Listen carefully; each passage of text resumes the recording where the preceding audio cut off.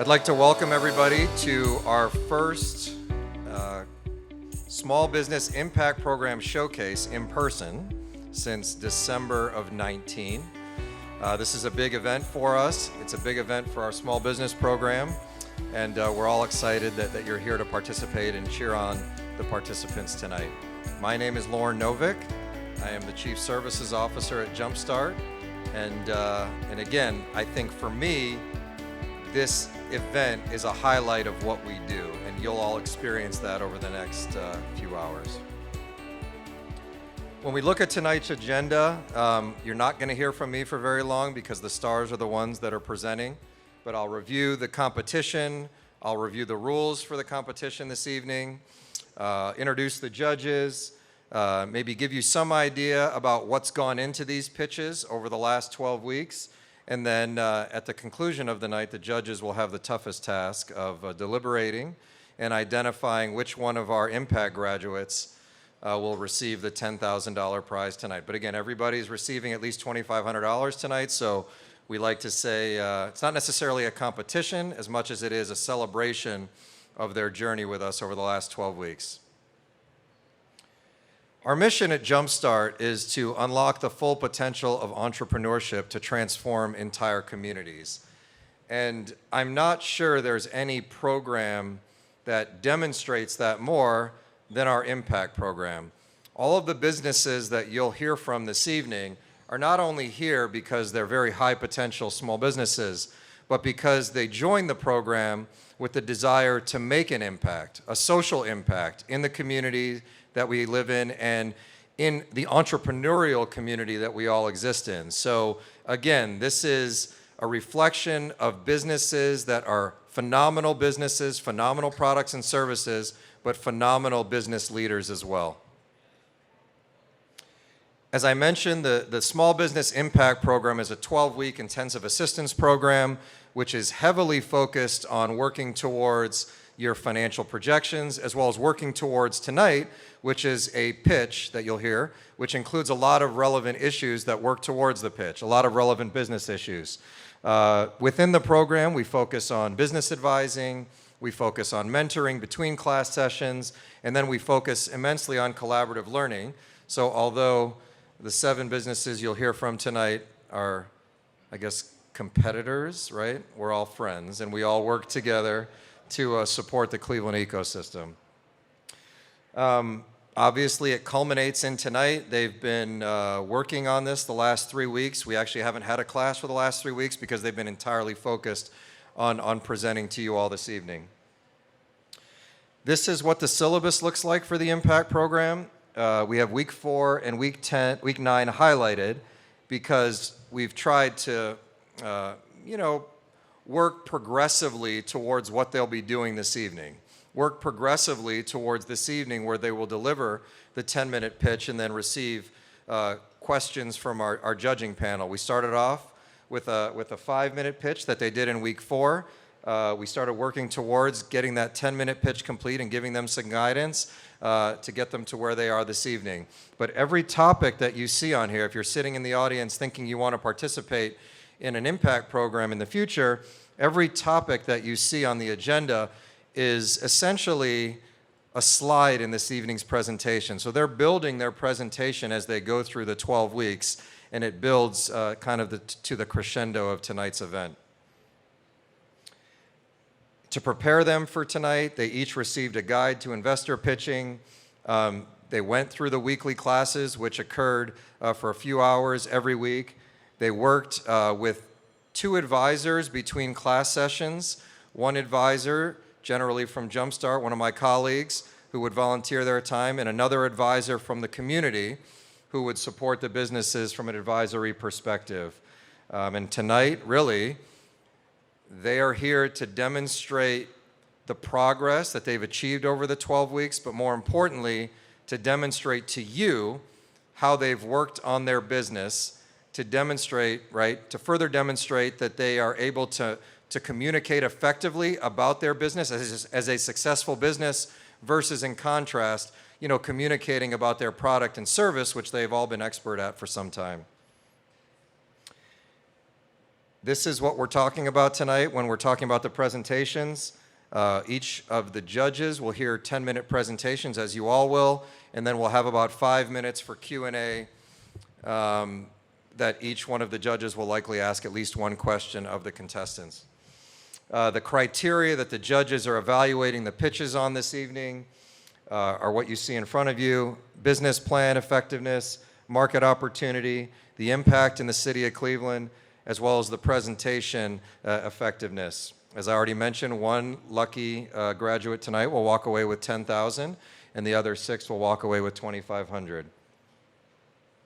I'd like to again introduce you and thank the judges who have kindly donated their time this evening to go through the judging of these 7 pitches, and your hard work is appreciated very much.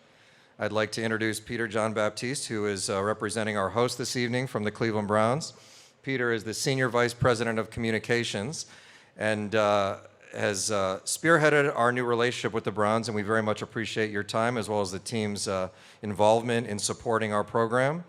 And we appreciate you allowing us to use this space about 10 days before something else happens here. So, well, I guess it's about 17 days before something else happens here, but the season starts in about 10 days. I'd like to introduce Tessa Jackson, our judge in the middle there. Tessa is the Director of Economic Development at the City of Cleveland. And Tessa, thank you again, another funder of our programs. Thank you very much for your kind participation this evening. I'd like to introduce a networking partner of mine as well, and a number of other collaboratives, Vaughn Johnson. Vaughn is the Deputy Director for Economic Development at Cuyahoga County, and all are ready to listen with enthusiasm and not listen to me anymore. So these are our participants this evening. I believe this is in the order you will see them. So without further ado, I would like to introduce our first presentation this evening, Justin Boyd with Concession Stand. I'm going to kind of give you one word that describes each one of them from an entrepreneurial perspective, because they all bring values to this evening's event that are critical to the success that they've had. And the word I'll use for you, Justin, is creative. And I think everybody's going to hear that. Why I don't want to rain on your parade and start talking about some of the cool stuff you got going on. But I encourage you to see some of the cool stuff Justin's got going on at his table over there. But Justin Boyd, come on up. It's your show.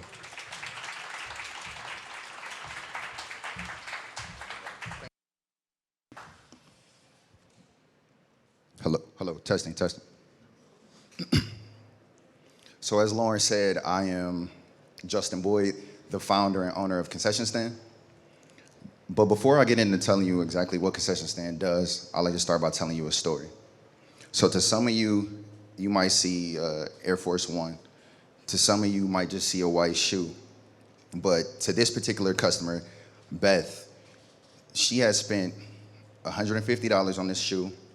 It has a resale value of $14.50, and it was ruined by someone spilling a vodka and cranberry on her shoe after just one wear.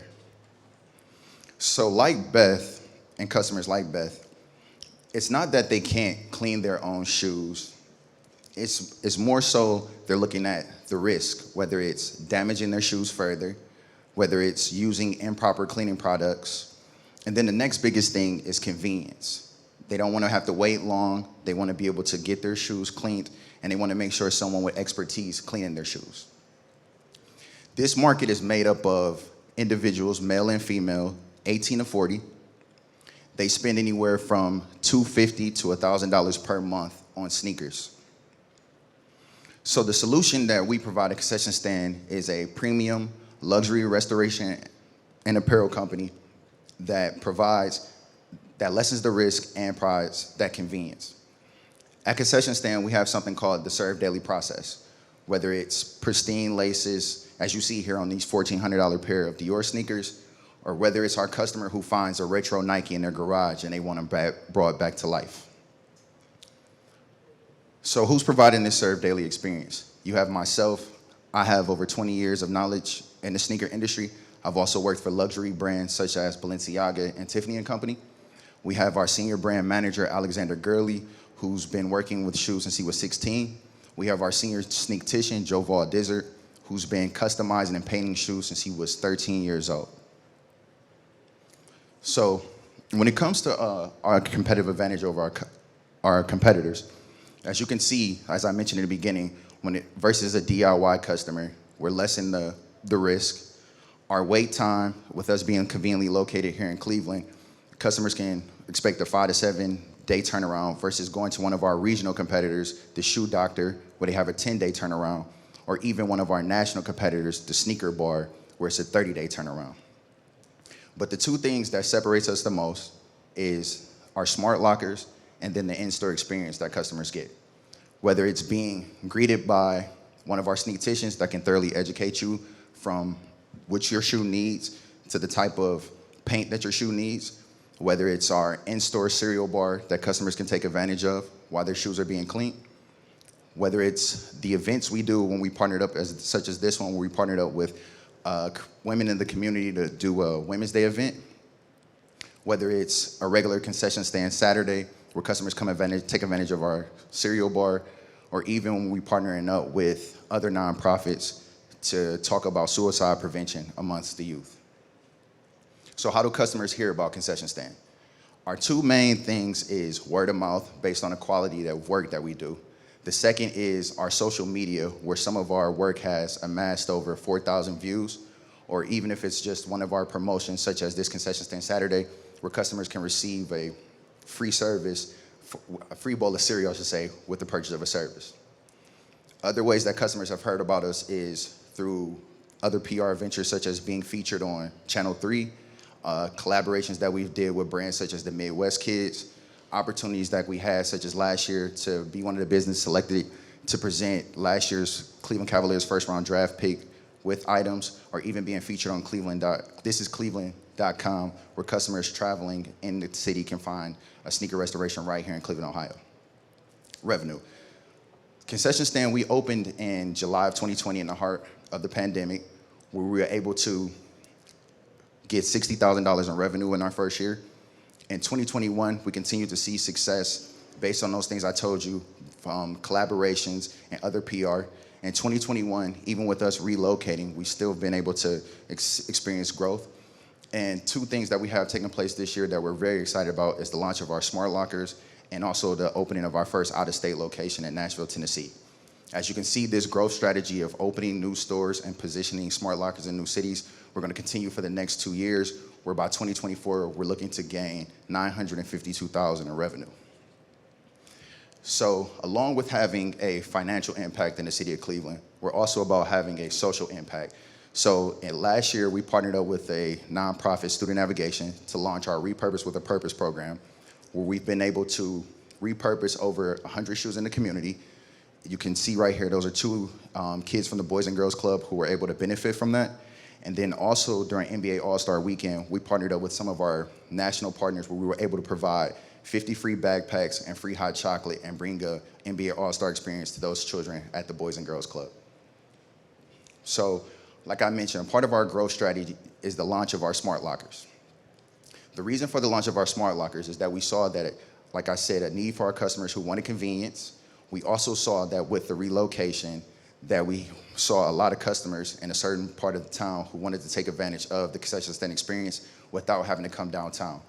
So in 30 days, we're going to be launching our first smart locker with the mobile app in the Beechwood area, where customers are able to take advantage of that concession stand experience away from the brick and mortar. So with the $10,000 today, we're looking to hire one part-time position, one full-time position, and also continue our mission of having a social impact by looking to place smart lockers inside of public schools. We're also going to be looking to expand on that by hiring 3 students to run and manage the smart lockers. So that my thought is that we can continue to teach entrepreneurs, and then it just goes a step further. It's not just about providing them with clean shoes, but we know that if a kid feels comfortable, he's able to go into the classroom, he's more likely to perform efficiently, and then with also clean shoes, it's also less likely for that student to encourage or be encountered with any bullying. So as I said, Beth came into our store with a pair of shoes with a value of $14.50 that had been ruined. And when she left, she experienced what we have at concession stand called Clean Kicks Served Daily, and she was able to get the full value resale value of her shoes. Thank you.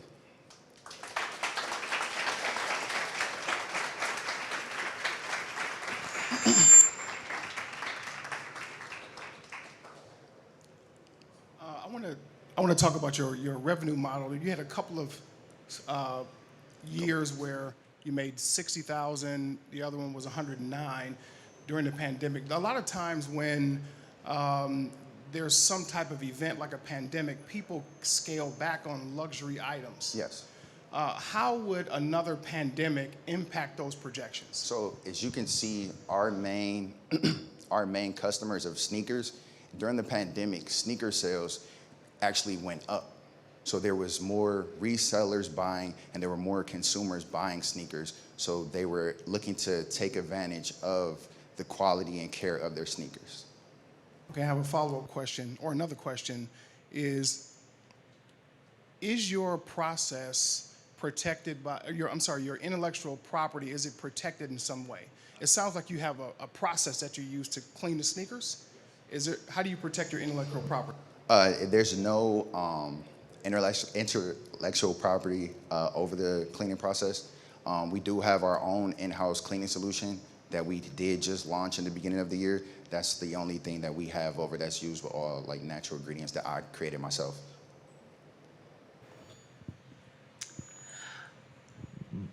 In looking at your business model, it's apparent that operations and logistics are like key to your success in addition to, I guess, the quality of the service. What has been the biggest operating challenge that you've faced as a business owner, and how have you addressed it? For me, the biggest challenge that I faced was just workers and finding people who were dedicated and kind of got the vision. Like I said, now I have individuals who have the experience, who can help deliver that serve daily experience, and that was pretty much the only thing that I had to overcome so far.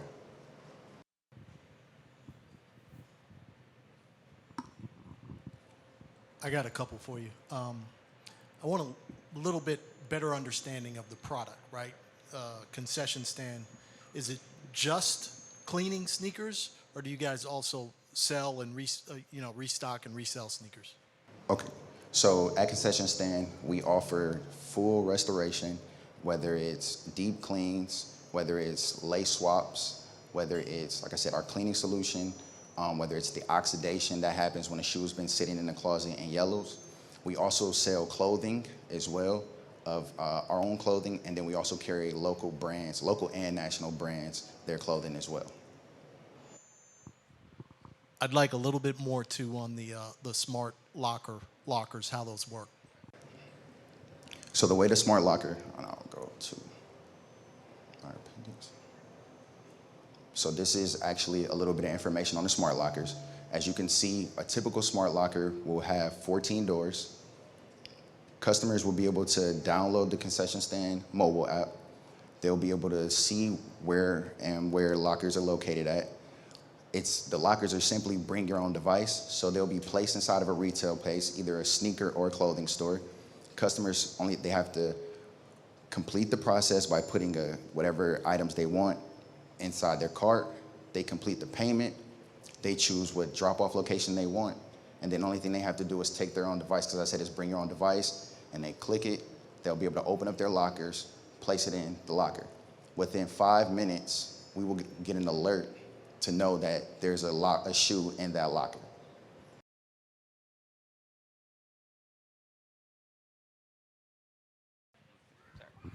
When you say device, do you mean like their own smartphone, like to unlock the locker?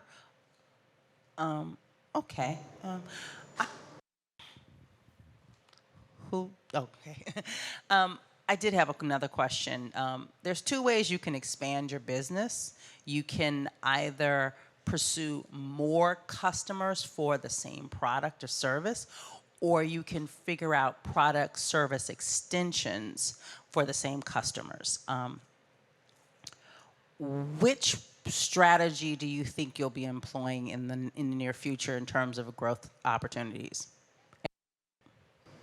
And why? As I mentioned, one of our growth strategies is that we're going to be opening our our second location in Nashville, Tennessee. We've done over 3 years of research there, and we've seen that there's a large need for what we do and what we provide. To take it a step further, when you purchase our cleaning solution, because we're all about sustainability at Concession Stand, you pay that $20 price for the cleaning solution, and you can bring that same bottle back to be filled up for $10. So we also have other offerings such as our bag program for our customers who bring in 20 pairs of shoes at one time. They can continually bring that bag in where they receive other discounts on their services.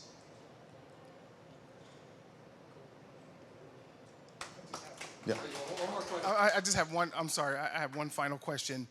So if I use a smart lock or if I drop items off to you, at what point do you take possession of those items, and what kind of insurance do you have to cover that item once it's in your possession? So with the smart lockers, I'm actually partnering up with a company called Drop Companies.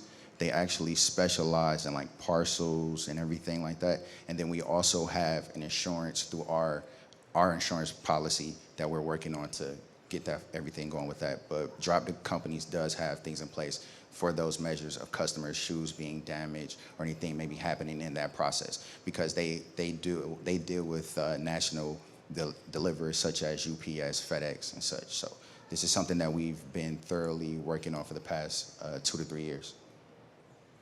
Thank you. Thank you so much. Thank you, Justin.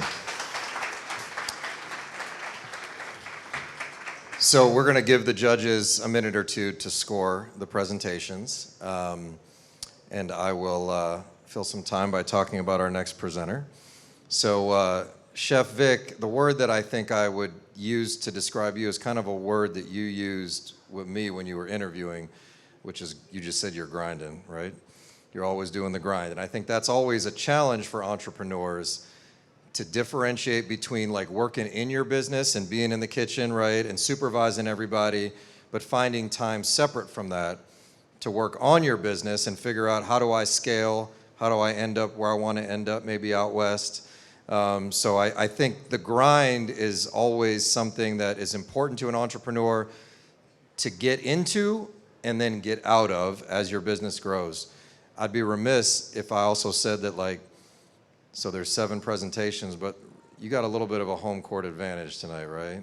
Because Chef Vic has a concession stand here at Cleveland Browns Stadium on game day. So I'm going to give another second here for the judges to score. I am going to grab one of your microphones, though, and maybe I'll use it from the side so we can introduce the questions and maybe not always have Vaughn kick it off. We'll just kind of rotate it around. But Vic, if you are ready to come up, I will hand this off to you. Here's the clicker. And let me get to your presentation. And there you go, Sauce the City, Chef Vic.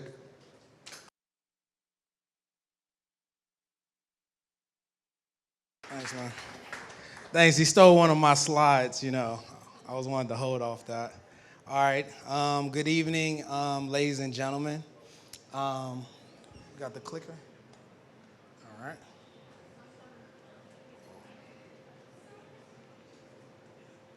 Make sure I got everything. Oh, jeez. I'm messing stuff up. Where's the clicker? All right, we need technical help with the clicker. I hit the wrong button, man. I'm messing up.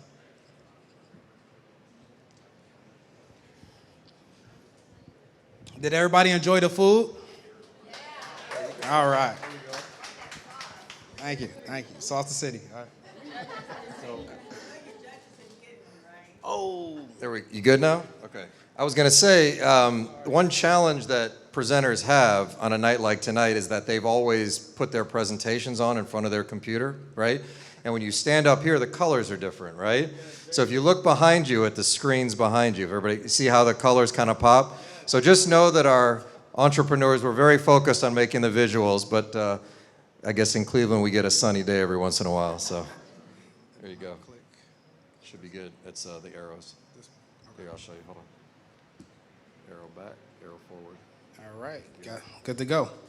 All right, ladies and gentlemen, welcome. My name is Victor Cersei. I'm the executive chef of Salta City Restaurants, and we are the home of the Cleveland Hot Chicken Sandwich, which is Cleveland's #1 chicken sandwich. We even have a trophy to explain that, all right, guys? All right, so right before you guys, you have the Cleveland Hot, which is our #1 seller. Just to break it down a little bit for you guys, we have a base of cooling sauce, which is our signature cooling ranch sauce. And then we have the crispy chicken fried to perfection, tossed in our Cleveland hot sauce. And then it's topped with the kale slaw, all on a butter brioche bun. And accompanied with our signature street corn elotes. Just to give you guys a quick background of myself, I have 10-year cooking culinary experience with Darden restaurants under the umbrella of Olive Garden, Longhorn, Bahama Breeze, and other Darden restaurants. I have 5-year administrative skills with clinical mental health counseling. I have my master's in clinical mental health. And also, we're going on our 4th year at Salta City, being a brick and mortar restaurant. And a few notable accomplishments we do have: a corporate partnership with Aramark Corporation.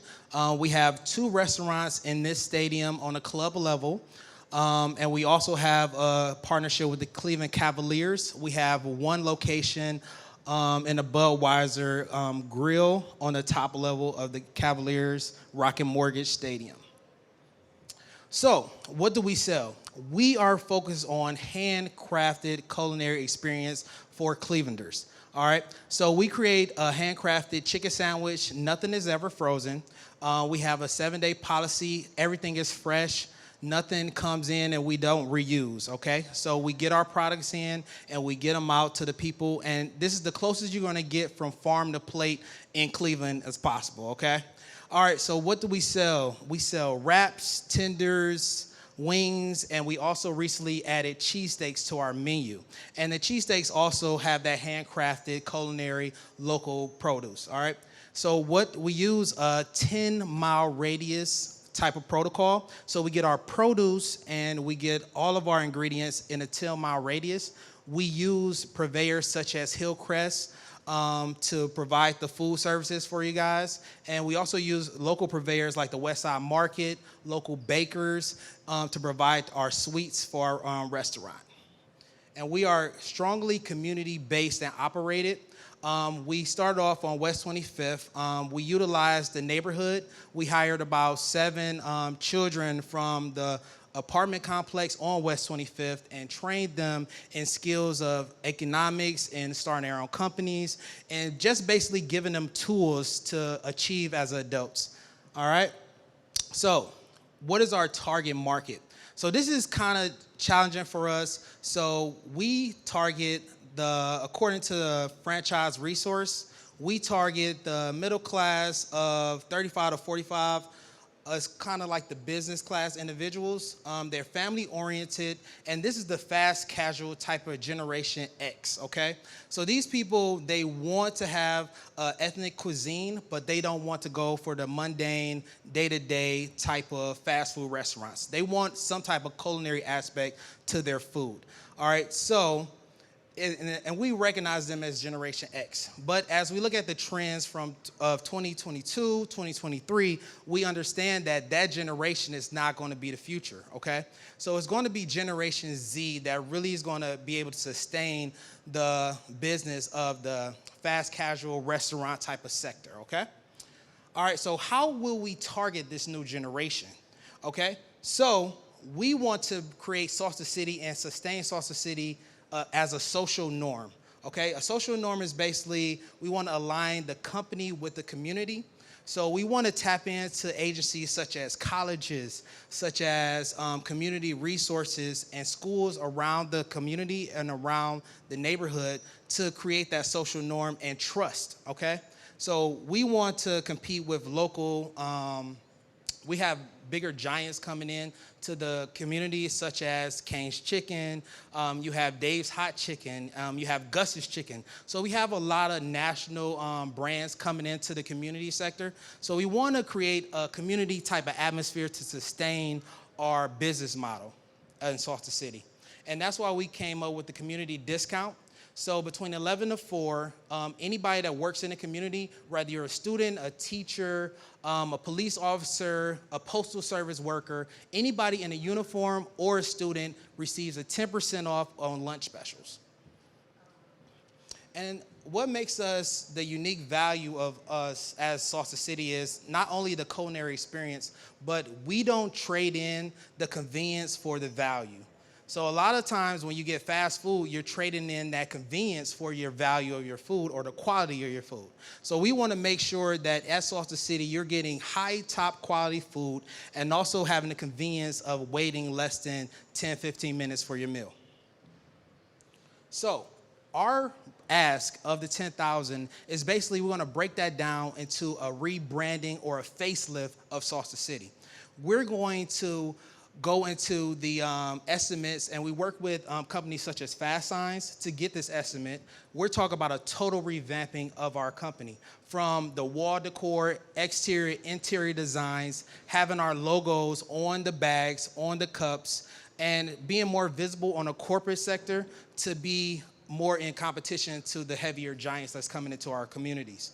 All right, and we also have community colleges that we're working with, such as Notre Dame, Ursuline, and other communities, so we can make sure we can be transparent to the college students and that both generations, so Generation Z and X, can be beneficial in supporting us and becoming that social norm. We also work with Lamar Advertisement. They gave us an estimate of $3,500 for the bus campaign sector. 1,000 of that went into our initial investment with Jumpstart, and that went into that $3,500, and hiring a franchise SOP consultant, about $500, and management development. And looking at our finances, you can see in 2020 and 2021, we had the food hall and the operation on West 25th, which we had rental income in there. We totaled in 2020, 458, 2021, 760. In that, we moved from 2021 out into our own. That building on West 25th was 11,000 square feet. So we condensed that down to a building in University Heights of 2,000 square feet because we believe that we want to move into a more of a franchise-ready type of environment. So we condensed it down, and we started to focus on that not so much fast casual, but more of a fast food type of hybrid. And then again, this is Salsa City Restaurants, and this is our new logo. So again, we want to highlight on that Generation Z, guys. So now we moved from a traditional, our last logo had just the skyline, but now we have Chicken Vic, I guess. We didn't name him yet. But he's more to be related to more of like the younger crowd, the college crowd, and also that new Generation Z that we believe in 2022, 2023 will uptick the growth of the company and sustain it financially. Thank you, guys, and we're located on Cedar Road in University Heights now, and also in all of your stadiums. Thanks, Vic. All right, we're going to get the judges going. You want to lead off again, Vaughn? I do. All right, cool. Vic, why do you believe that Generation X is not the future? We good? All right. I believe that Generation X and Z is the future. I believe it's going to be a hybrid, okay? So you have the parents and the children. So what we did was we wanted to align those two in creating that social norm, because the social norm in a restaurant, you go in with your children, right? So in creating a social norm and that trust in going to a company, now your children, it breaks that barrier that was there. So now your children are able to go in there and feel comfortable and to frequent that. That's what I mean when I was going to that social norm. Like a, fast food or fast casual, people are familiar with it. And when that breaks it down, we can contact and obtain both generations. So X and Z.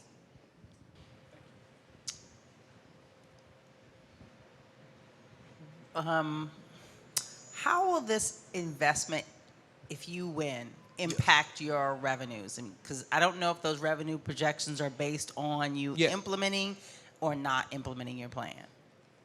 So this is basically when we have the uptake. So in the 10,000, we plan on that and the rebranding and working with the colleges and the local agencies. We plan on making that 10,000 turn into 50,000 really quick.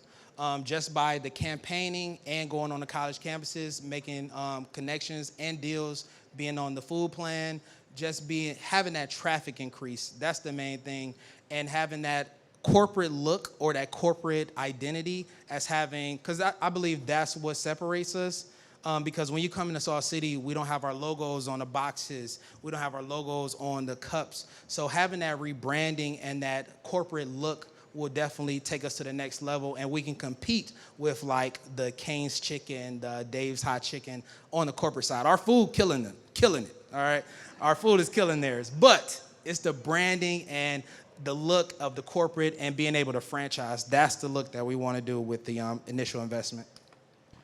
That's actually what you just discussed is what I was going to ask you. I think there are a lot of chicken Yes, franchises, a lot. especially in Cleveland. So you talked about the branding and the marketing to bring you up and allow you to compete. Yes. But what's the difference? How are you going to separate yourself from them? How are people going to come to you instead of those other groups? See, what ours is, we are customer-centric.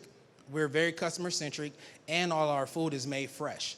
All right, from our sauces all the way to how we cut the chicken, how we prep the chicken, how we saute everything. Everything is fresh and has a culinary aspect to it. So a lot of these restaurants that you mentioned, they don't have that culinary piece. They don't train their staff as extensive as we do. So when you come to Salt City, you're not forfeiting that quality for convenience. So once we have that proper look and corporate vibe to it, plus the excellent food, there's no limits to what we can do. All right, we have time for one more question. Vic, the Disney Corporation says that they sell magic. Yes, What does Sauce the City sell? we sell sauce, but it's sauce magic. It's sauce magic. We started our company as a freshman I started this as a freshman in Kent State University. And I actually started when we got into the Ohio City Galley, only had $700 saved. And when we started, and we grossed over 700,000. So it's like, the sauce that we have is so special and so unique that it is remarkable and it changes lives. And we have the #1 chicken sandwich in the city, so everybody come to Salt City and check it out. Thanks, Vic. Well done. All right, we're going to give the judges their few minutes here to score and move on to the next presentation in a second. But if you're sitting in the audience this evening watching these presentations and interested in potentially joining the Impact Program, working with Jumpstart in any capacity, and you're a small business owner, you could be a tech owner as well, a tech company owner as well, I'd like to point you to the slide that you're seeing up there now, which is that we continuously have one-on-one business advising sessions to work with small businesses, to work with startups, and we provide free assistance to help you grow your business. We will walk with you hand in hand, guide you, support you in any way that you need. Please go ahead and apply at jumpstartinc.org/smallbiz/apply. I am looking at the judges. They look pretty well prepared for the next one. So our next presenter is Rhonda Crowder, whose business is Rhonda Crowder and Associates. So your word is actually pretty obvious, which is branding. Because in this particular scenario, as many small business owners experience, you are your brand.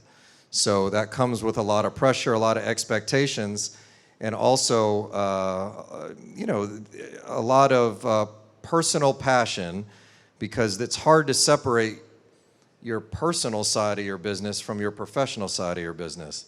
Those two blur, and essentially the business becomes an extension of your family, which obviously this business is very passionate to you. So come on up, it's your time.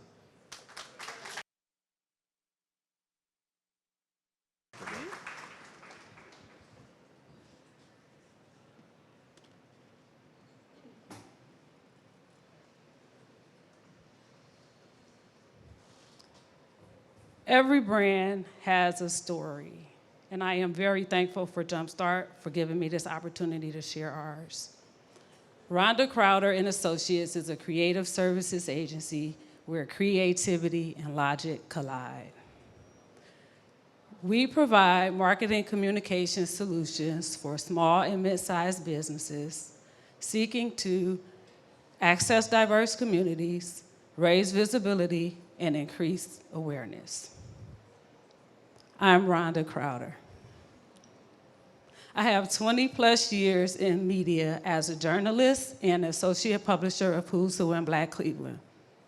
I freelance for Freshwater Cleveland, Cleveland Magazine, and The Land. I am also the Vice President of Print for the Greater Cleveland Association of Black Journalists, Vice President of Friendly Ends Board of Directors, and a member of other professional organizations. I am also an author and literacy advocate. My team consists of 4 independent go-to creative partners who complement my skills. Wayne Daly, Creative Director, Shonda Bynum, Editorial Assistant, Felicia Haney, Director of Public Relations, and Jamar Newell, Director of Multimedia Production. I started the business in 2011 while working at the Call and Post newspaper. I provided writing, editing, and media relations. In 2016, I became a full-time entrepreneur, partnered with Wayne to add design services, and we received our minority business certifications from the state of Ohio. In 2019, we made our biggest investment ever in marketing automation software as a service, commonly referred to as SaaS. Why? Because as the advertising industry leans more and more towards digital, automation software makes the marketing process more efficient and predictable. In 2021, we saw our biggest grossing year ever at $67K, and our goal for 2025 is to 10 times that amount. I'll talk about how later in the presentation. So we develop and execute messaging and design strategies for branding, marketing, public awareness, and fundraising campaigns. We also provide media relations, and we resell marketing automation SaaS licenses. We target 2 types of clients. The first is small businesses and nonprofits with an annual marketing budget of at least $10,000 and who are seeking to access diverse communities, raise visibility, and increase revenue. The second is small to mid-sized marketing, advertising, and PR agencies who are seeking to expand and or diversify their creative team as well as access diverse communities. The second makes up a very small percentage of our client base, but can be a significant source of revenue. We operate in a $1 billion and growing industry with enough market share to be successful. And there's always opportunities for collaboration. So what makes us unique? For the small guy, we're a one-stop shop for messaging, design, and media relations.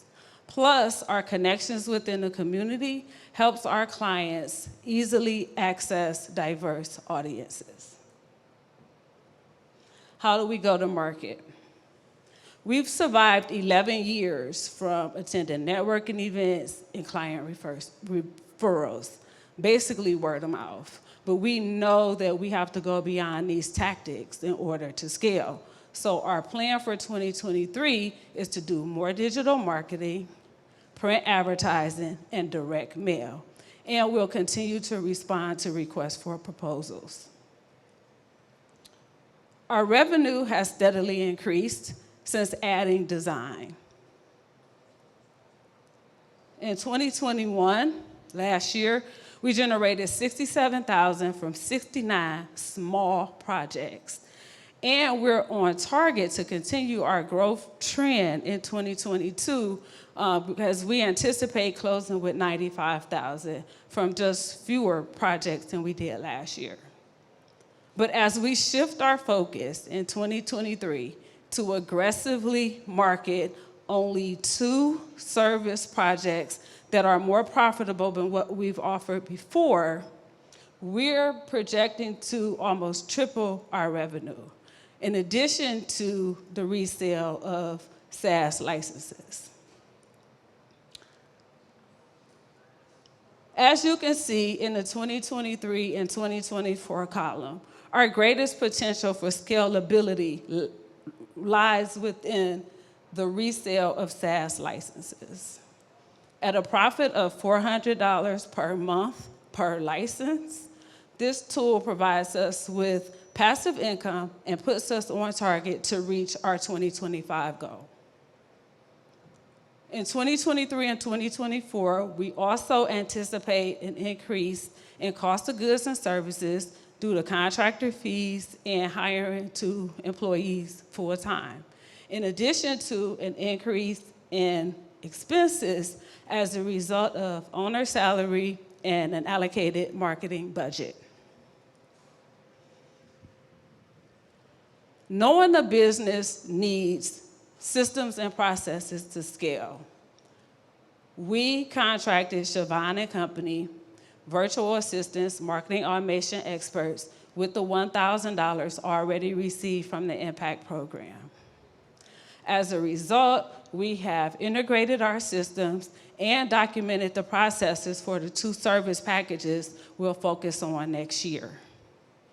We'll be launching, with her help, a marketing campaign to upsell 10 existing clients at an average spend of $2,500 starting next month. With the 10K, we will continue to retain Siobhan & Company to help us manage our automation systems, perform daily administrative tasks, and assist with the launch of our 2023 digital marketing campaign. In turn, we'll increase our market effort, attract, convert, and retain more clients, and ultimately see the revenue that we're predicting for next year. Our impact on Cleveland, because I live and operate the business in the city of Cleveland, will automatically contribute to the city's tax base. Plus, we strengthen the pool of marginalized creatives because collaboration is our core value. We help businesses grow, and we contribute to the local media ecosystem because we purchase advertising for ourselves and on behalf of our clients. Our success will also allow us to increase our giving to our Northeast Ohio-based charities of choice. We already develop public awareness campaigns to promote reading and increase literacy rates in the city of Cleveland. So our success will allow us to deploy more resources to that cause. And we plan to launch a youth workforce development program to train high school juniors and seniors in marketing automation. Upon completion of the course, they will become certified experts, giving them a 21st century job skill. With that certification, upon graduation, they can seek employment, they can start their own business, or they can pipeline into our talent pool. We already have existing relationships with the local school districts, so that will make it very easy for us to implement. So I am very grateful that Jumpstart is now a part of our story. I thank you for your time and attention, and I welcome your questions. Thank you, Rhonda. Yeah, Tessa, you mind kicking it off? Yeah. I'm curious about who your current competitors are and what are the barriers to entry for new new competitors? The barrier to entry is very low because of a lot of the software tools like Canva and social media. Our competitors are basically either other freelancers or marketing, advertising, PR agencies.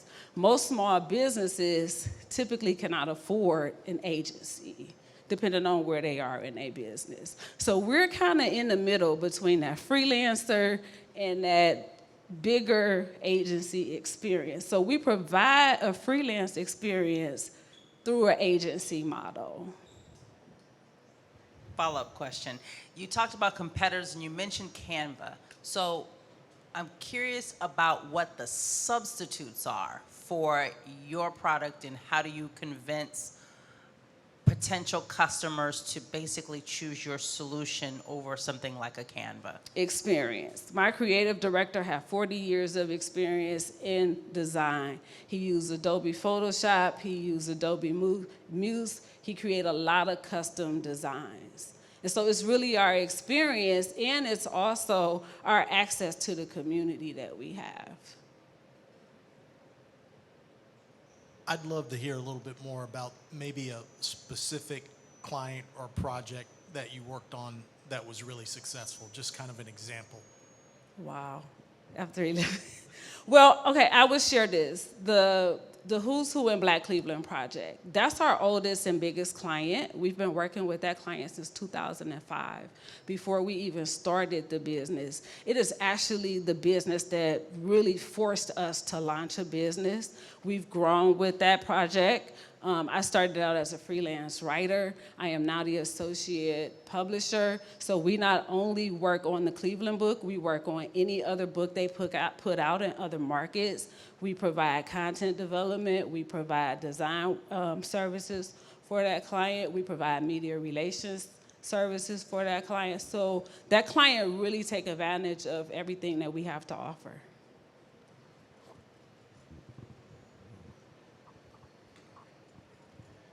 Rhonda, you're a marketing advertising company? We're creative services, so we Services. provide the support that marketing, advertising, and PR agencies need. Got it. One thing I didn't hear is, what's your brand promise? Our brand promise is that we deliver, and we deliver on time, and we deliver with accuracy. Did you just come up with that? No. Okay. I have another question, if I could please, about your cost of goods sold. Did you include staff salaries in your cost of goods sold? Our staff salary is included in cost of goods and services, yes. It's not included in, it's included in COGS, in our cost of goods and services. It's not included in expenses. Okay. I think I went back too far. We have time for one more question.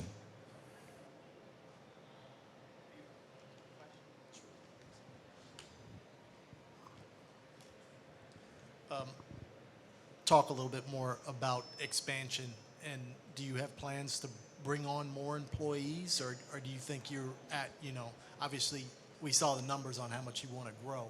Are you looking to grow in that area too, of bringing on more employees?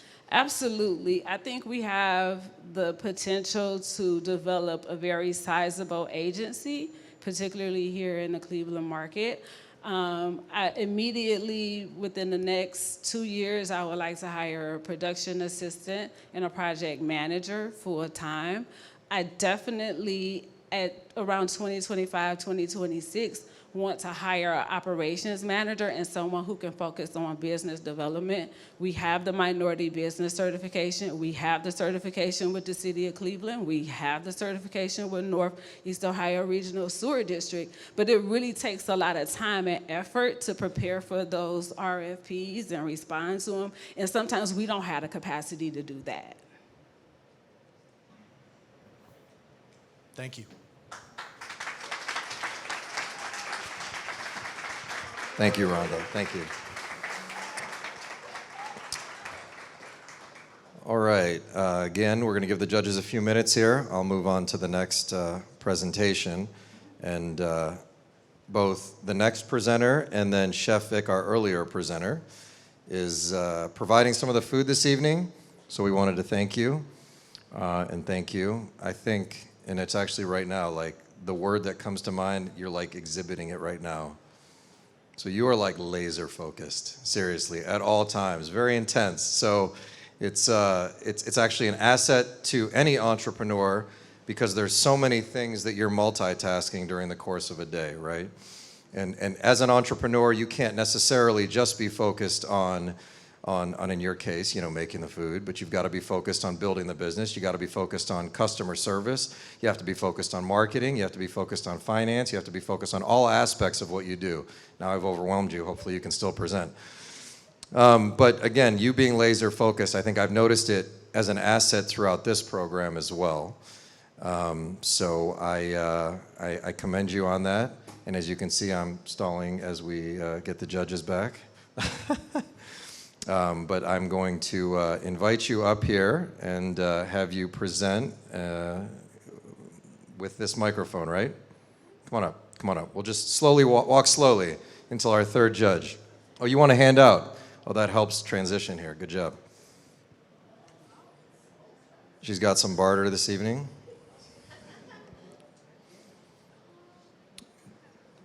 The floor is yours. You got it? Let's see if it works. Just go forward, go backward. You good? Yep. Okay.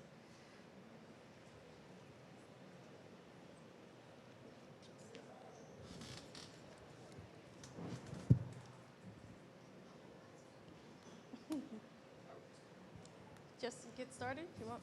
Okay. So if you've ever had to go online and purchase a gift for the sweets lover in your life, you've probably come across sites like Goldbelly or Harry and David, and you scrolled and scrolled and scrolled and being so inundated with options that you decide to give up and just buy a gift certificate. Well, say goodbye to your decision fatigue and welcome to the Marshmallow of the Month Club, where we offer a short and sweet shopping experience for the gift giver with limited time in search of a unique sweet treat. I'm Chef Saida Farrell, and I'm the owner of the Marshmallow of the Month Club, which is a unique taste experience, whipped fresh to order, thoughtfully curated, and delivered directly to your loved ones or employees. The Marshmallow of the Month Club was developed out of my childhood love for marshmallows, coupled with my culinary arts training from Tri-C, and the techniques and flavor profiles I've learned along the way working at premier restaurants and bakeries throughout Cleveland. And these marshmallows are not your father's store-bought marshmallows. They are small batch, handcrafted artisan marshmallows made with all natural fresh ingredients and a kosher-friendly gelatin. So if you didn't know, most marshmallows on the market today are made with a pork-based gelatin. So in 2013, I started selling my marshmallows at local farmers markets and events. And I found that consumers were willing to pay a premium price to taste the unique marshmallows. Fast forward to 2018, I had an Etsy shop where I sold some more survival kits.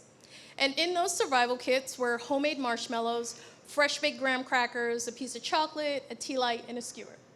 So I got an order for 60 kits to be included in a subscription box. And I was really curious as to what is a subscription box. So I started doing some research, and I found that this was a brilliant business model for me. Every month, I would know how many marshmallows I needed to produce, and this would help me control my cost of goods by reducing my waste. So to sell my subscription box, I created a listing on the Cratejoy marketplace. So Cratejoy is an online marketplace specifically for subscription boxes. Since launching on Cratejoy, I've generated $185,000 in revenue. 60% of this came from gift givers, 35% from individual purchasers, and 5% from corporate gifting. So how did I do that? How did I take an Etsy shop that barely made $5,000 and generated six figures? Well, I was first to market on the Cratejoy marketplace with a marshmallow subscription box. I created unique monthly themes that were thoughtfully curated and packaged, and this helped with my marketing and visibility on the Cratejoy marketplace. And it was more than a subscription box. I created a unique taste experience where every month you received a new flavored marshmallow paired with fresh-baked graham crackers, gourmet sipping cocos, chocolate sauce, and hand-poured candles. And everything is made in-house by me. Although I've had great success on the Cratejoy marketplace, they've increased their transaction fee from 11% to 15%. Which brought me to the decision that I needed to develop my own website and offer more than a subscription box to grow the business. By launching my own website, I would have product extensions like non-subscription gifts, customized corporate gifts, and each individual item within the subscription box was primed to become their own individual on-demand stocked items. So although my business has been about subscriptions, I'm truly in the business of marshmallow joy. And this market is expected to grow from 300 million to over 500 million in the next 6 years. As I niche down to offer flavored marshmallows shipped direct to consumer, the best tool in my arsenal has been understanding my target market. Meet Rebecca, who is an actual subscriber to the Marshmallow of the Month Club since August of 2019. She joined at the age of 25. She lives in California and has friends and family in Texas, Illinois, and Ohio. She's an administrative assistant, a culinary adventure seeker, married with 2 children. And with her disposable income, she chooses to treat herself and gift the Marshmallow of the Month Club to friends and family. So now we need to let everyone know that we are more than a subscription box. This will happen by driving traffic to our newly designed website, a retargeting email campaign, social media marketing, paid digital ads, and increasing our local visibility. And remember Rebecca? Remember how Rebecca's an administrative assistant? Well, we're gonna call Rebecca and entice her to purchase the Marshmallow of the Month Club for corporate events and employee satisfaction gifts. To meet the new demand, we need to grow the team beyond Chef Farrell. And this means hiring a baker, a shipping clerk, a customer service agent, and outsourcing our marketing efforts to Monovan Digital Marketing. So we launched the Marshmallow of the Month Club in August of 2019, created a strategic partnership with Cratejoy in 2020. In 2021, we grew our subscriber base from 250 to 388 by the end of the holiday season. This September, we'll be launching our holiday and corporate ad campaign, moving into a commercial kitchen, and in August, hiring 3 student employees. These key events are essential to the growth of the Marshmallow of the Month Club. In 2020, the revenue is a reflection of me working part-time within the business for a full calendar year. The growth in 2021 is a result of me working full-time within the business with a part-time baker. To meet our projected growth in 2022, we'll need to implement SEO and paid ads to grow our online sales, increase our subscriptions, and offer corporate gifting for Q4.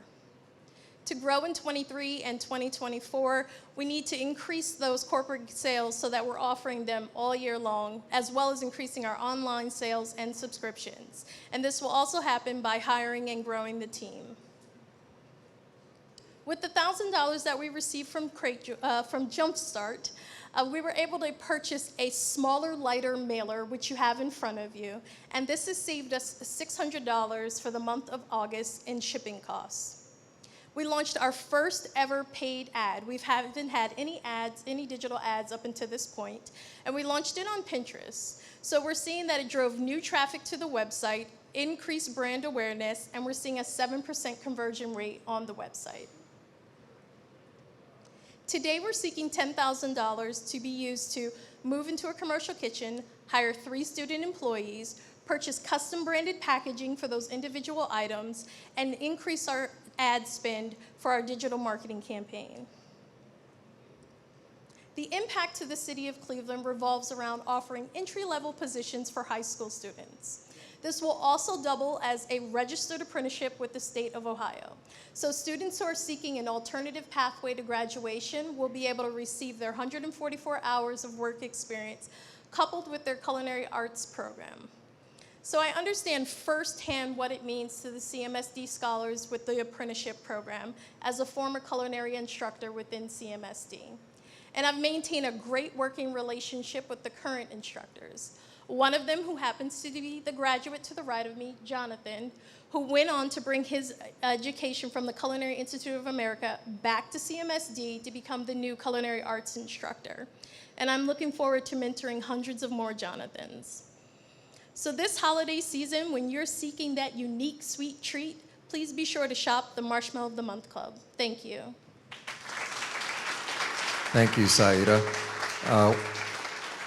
One comment for the judges is that we're getting some feedback in the back of the room that they can't hear the judges' questions. So if the judges could just speak up into the microphone, the back of the room will be able to hear better. Who wants to start?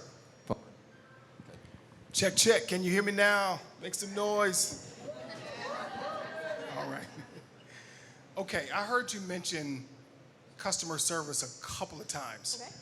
Tell me the difference between customer service and customer experience.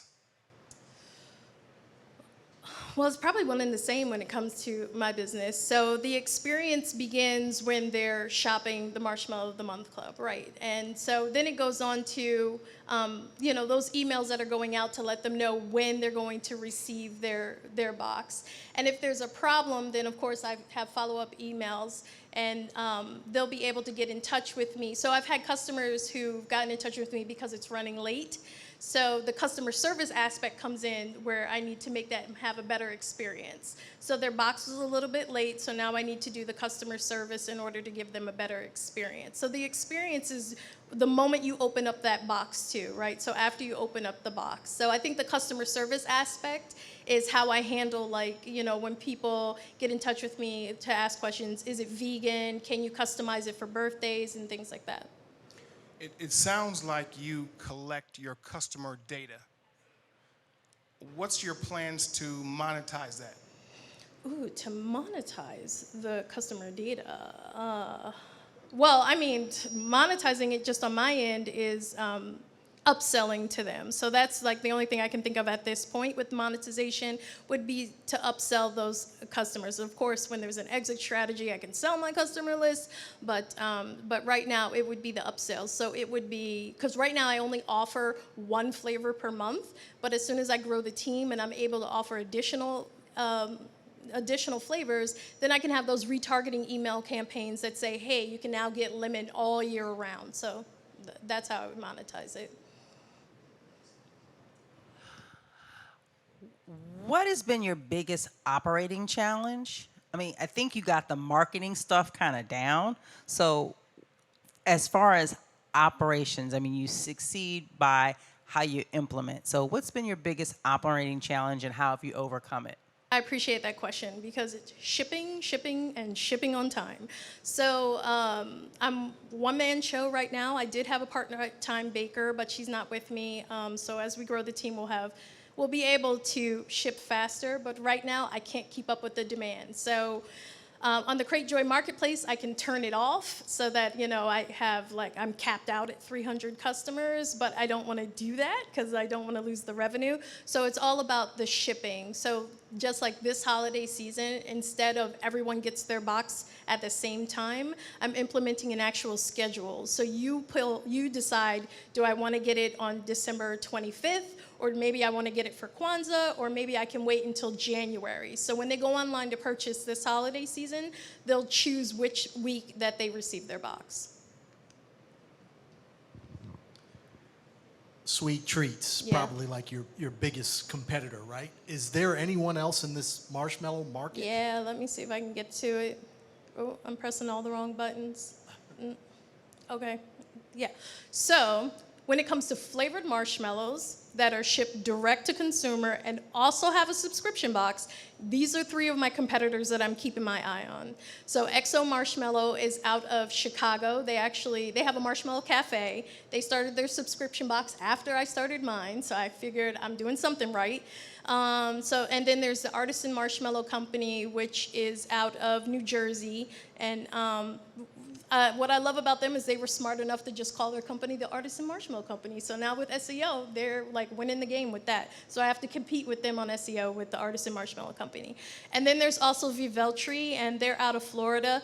So they did come onto the Crate Joy Marketplace after me, but then they dropped off maybe about 2-3 months later.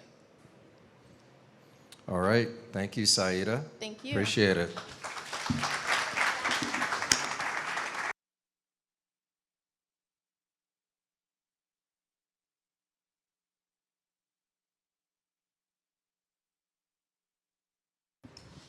All right.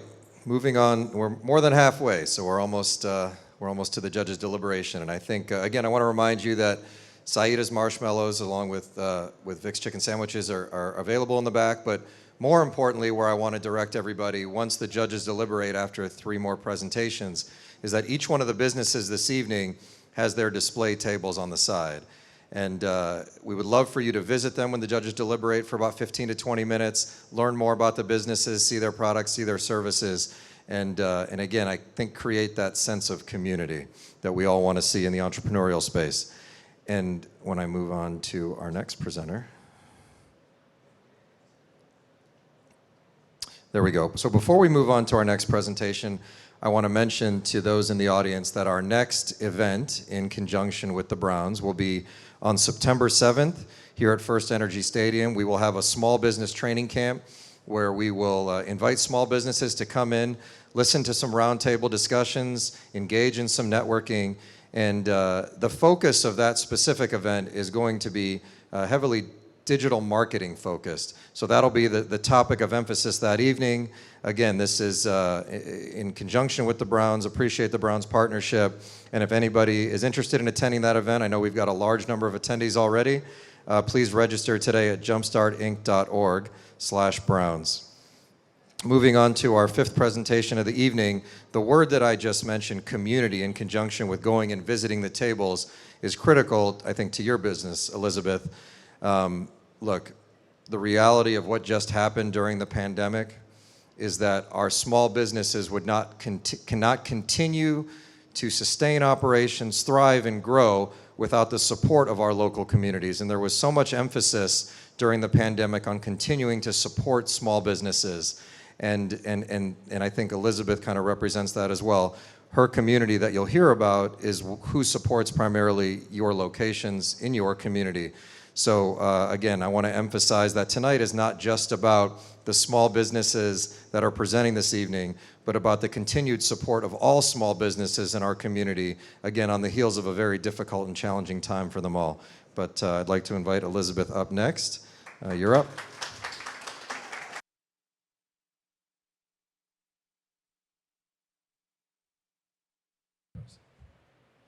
Which way do I go? Go there. No, go back. That way? There you go. Yeah. All right. Thank you.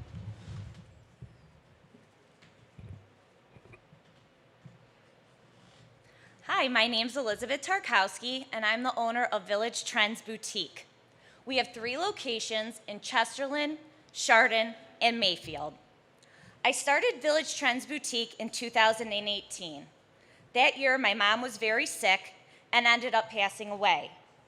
Prior to her passing, I had just graduated from Lake Erie College with my master's degree in business. I was working with my dad at his insurance agency, and he decided to retire. Instead of taking over the insurance business, I told my husband that I wanted to do something that I loved.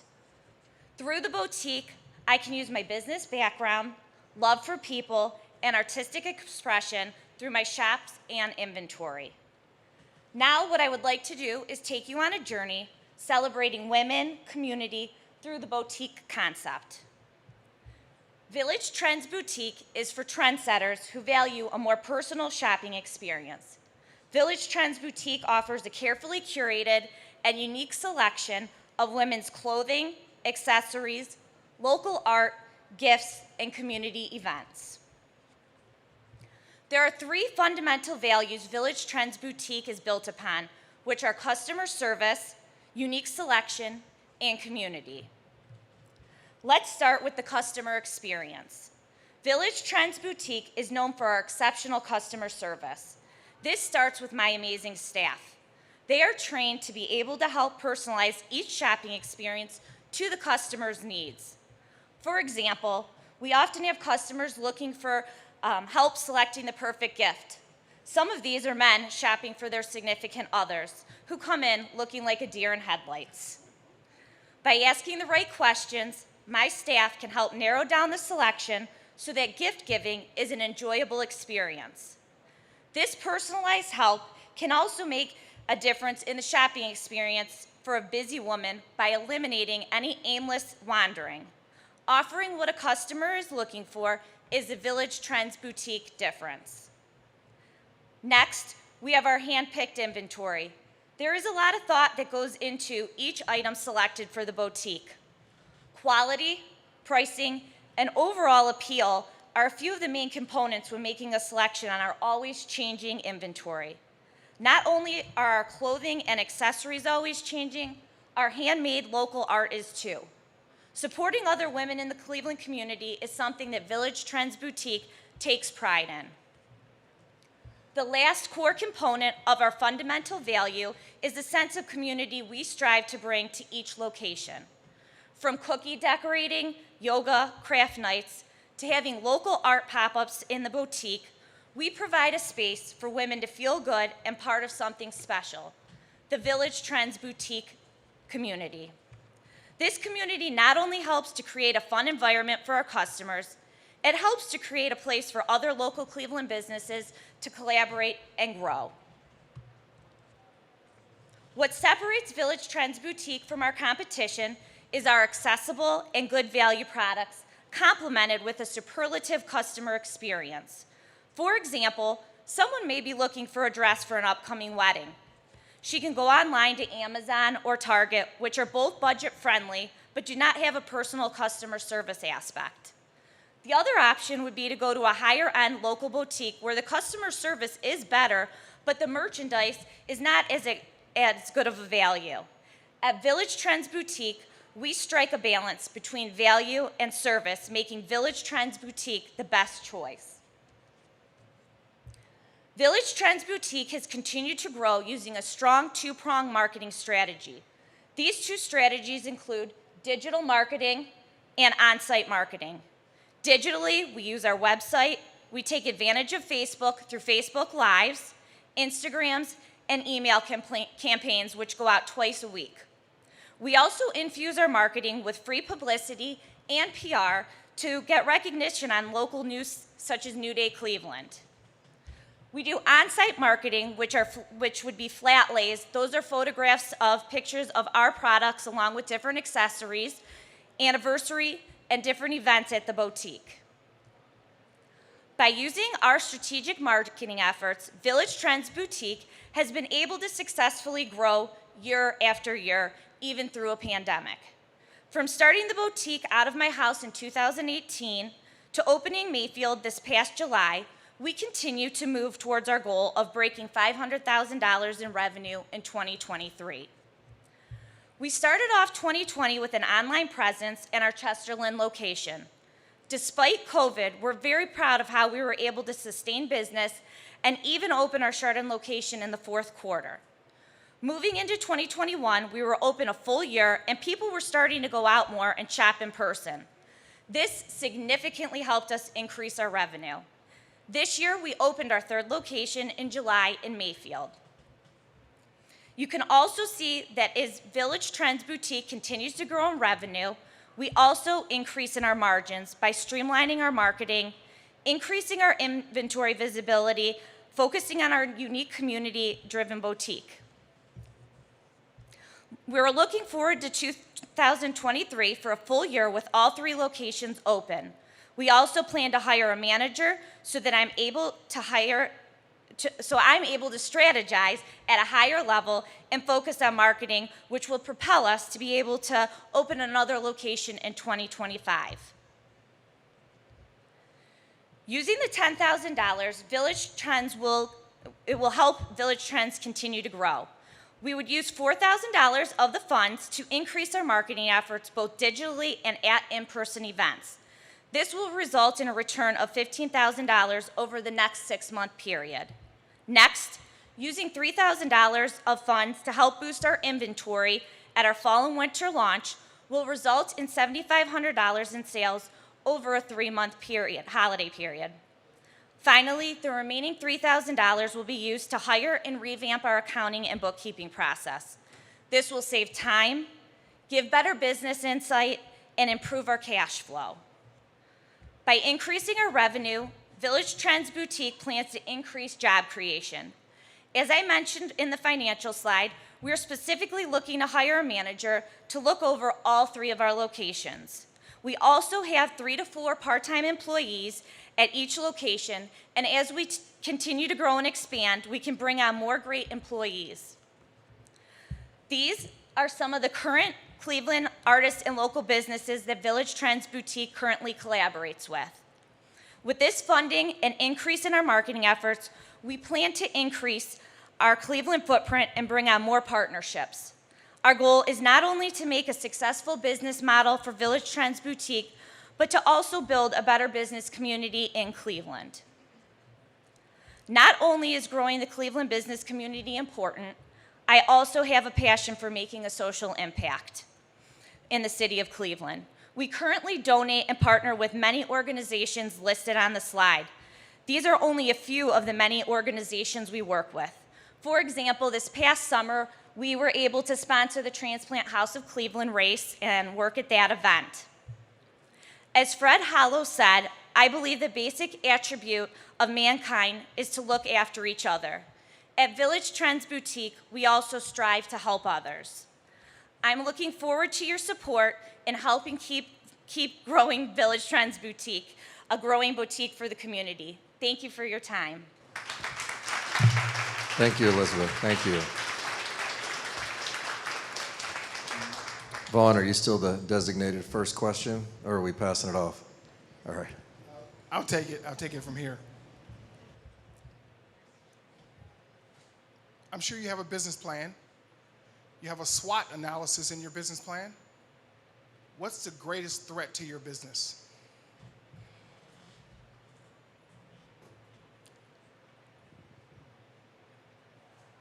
I would say that the biggest threat to Village Trends Boutique is there are a lot of boutiques popping up because people are starting to see that it is a successful business model.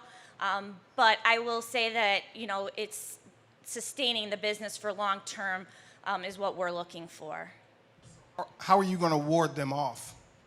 So I've already been working on this. One of the things that I've been doing is working individually, like I said, with individual other entrepreneurs by collaborating. I think that the collaboration piece of a business is the most important, and I think by not only bringing these local artists and other businesses in to my store, I'm also going out to their business, and we're able to kind of continually help infuse each other's customer base. You mentioned streamlining expenses to increase profitability. Mm-hmm. How are you going to maintain the quality of your product if you're streamlining your expenses? So we aren't changing the value of our products. What we're doing is we have 3 locations now, so marketing for one location, now we can hit all 3 at the same time. So that takes out the marketing aspect for each individual location. So we're still able to offer the same marketing that you would get from one boutique, but it's hitting all 3.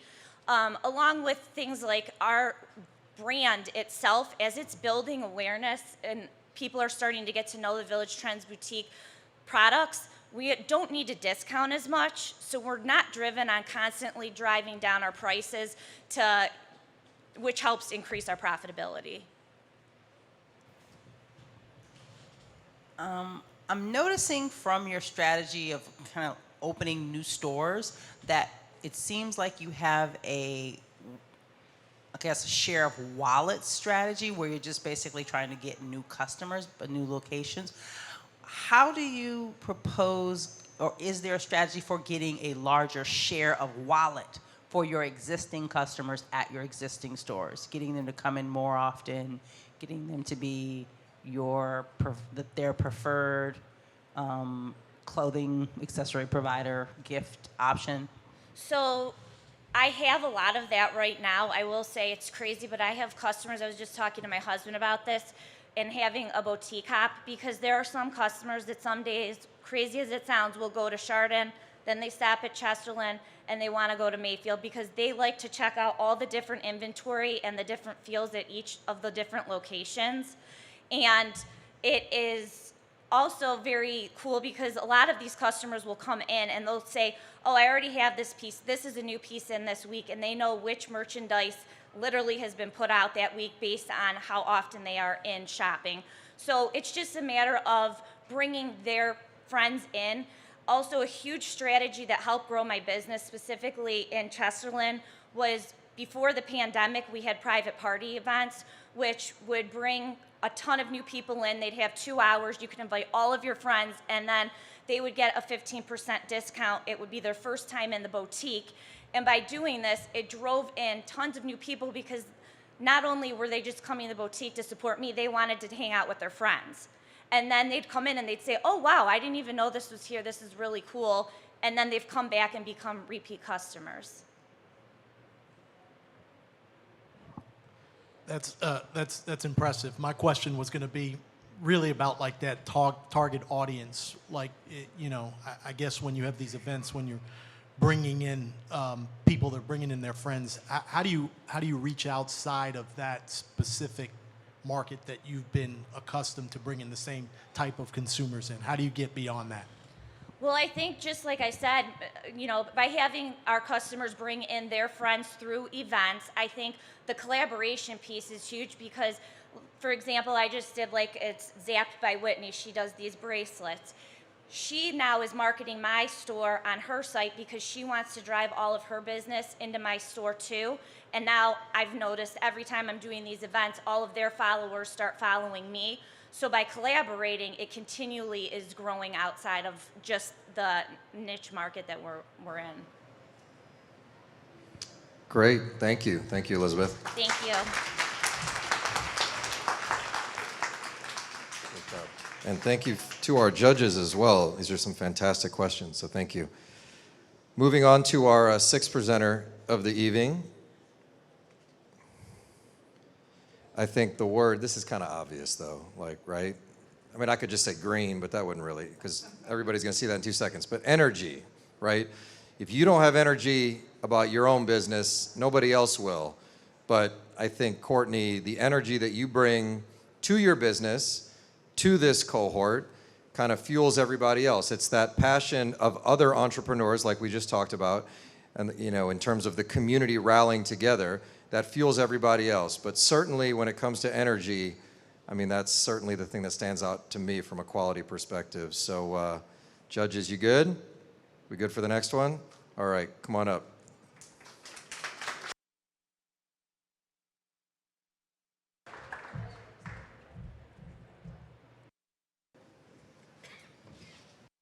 Good evening, everyone.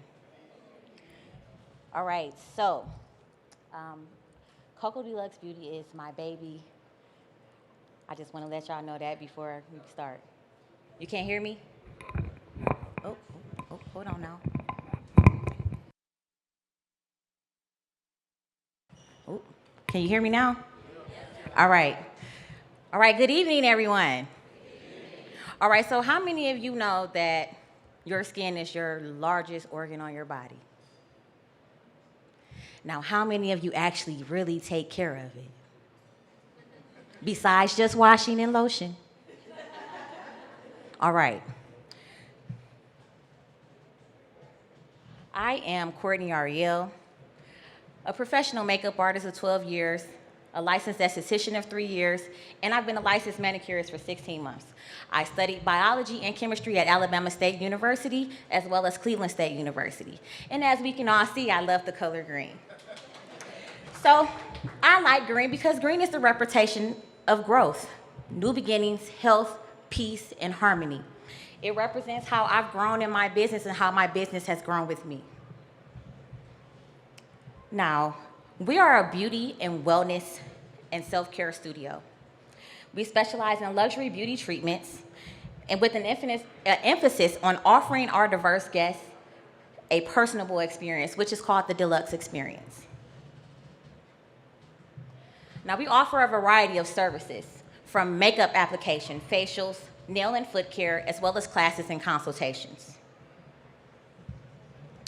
Now, as you can see, that's Shanae and Wanda. Now, Shanae is the girl who gets everything done. She owns her own salon, but she gets everything done. And Wanda, as you can see, still has her mustache. She needs her hair done. She needs a little help. Coco Deluxe Beauty was started because I noticed that clients were inconvenienced with multiple locations for different services. They had poor quality of service in those locations, as well as the service providers lacked education. So just a little piece on having education and knowing about your clients and making sure you understand what your field is. I have a client, she went to get a pedicure somewhere. She got a small cut on her foot. She's a diabetic. It turned into an infection. So they had to amputate all the toes off of her right foot from a small cut because someone didn't go through the process of actually asking her or doing any type of consultation with her beforehand. Now, our target clients are women between the age of 25 and 55 years old who like to invest in luxury beauty treatments. They're professional women and self-care lovers who like the convenience of seamless service. They see their beauty treatments as an investment and not an expense. And they like to feel supported in their health and beauty journey, which is sometimes very sensitive. Now, our market, based upon market research, the market is set to grow at a growth rate of 7.7% annually over the next 8 years. So from $95 billion to $185 billion. So there is room for me to grow in this market. I reach my clients by social media, through text marketing, through slick text, through direct sales, as well as word of mouth. Now, our clients choose us. They choose to work with us over other competitors because of our personable experience. Not only am I an educated provider and teacher, I don't just provide a service. I educate my clients on the service they're receiving and how to maintain the efficacy of the service after they leave. I'm more convenient than most service providers, and we offer 5 to 6 services in this location, where other places only offer 1 to 3. Now, here's my road to growth. I began my business in 2010. I went from a makeup enthusiast to a makeup artist. I turned my love for makeup into my career. I started freelancing for MAC Cosmetics as well as myself and built a clientele. Fast forward to 2018, I continued my education. I took a leap of faith and I competed for a scholarship at Brown Nevada Institute and I won. I had always been skincare focused, so moving my clients over from just getting makeup to skincare was very easy for me. In 2019, I was able to increase those services as I became a licensed esthetician. In 2020, I became a full-time esthetician.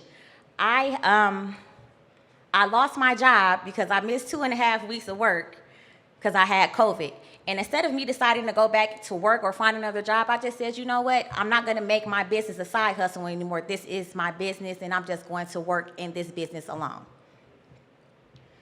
2020, I also continued my education by going to get a manicurist license.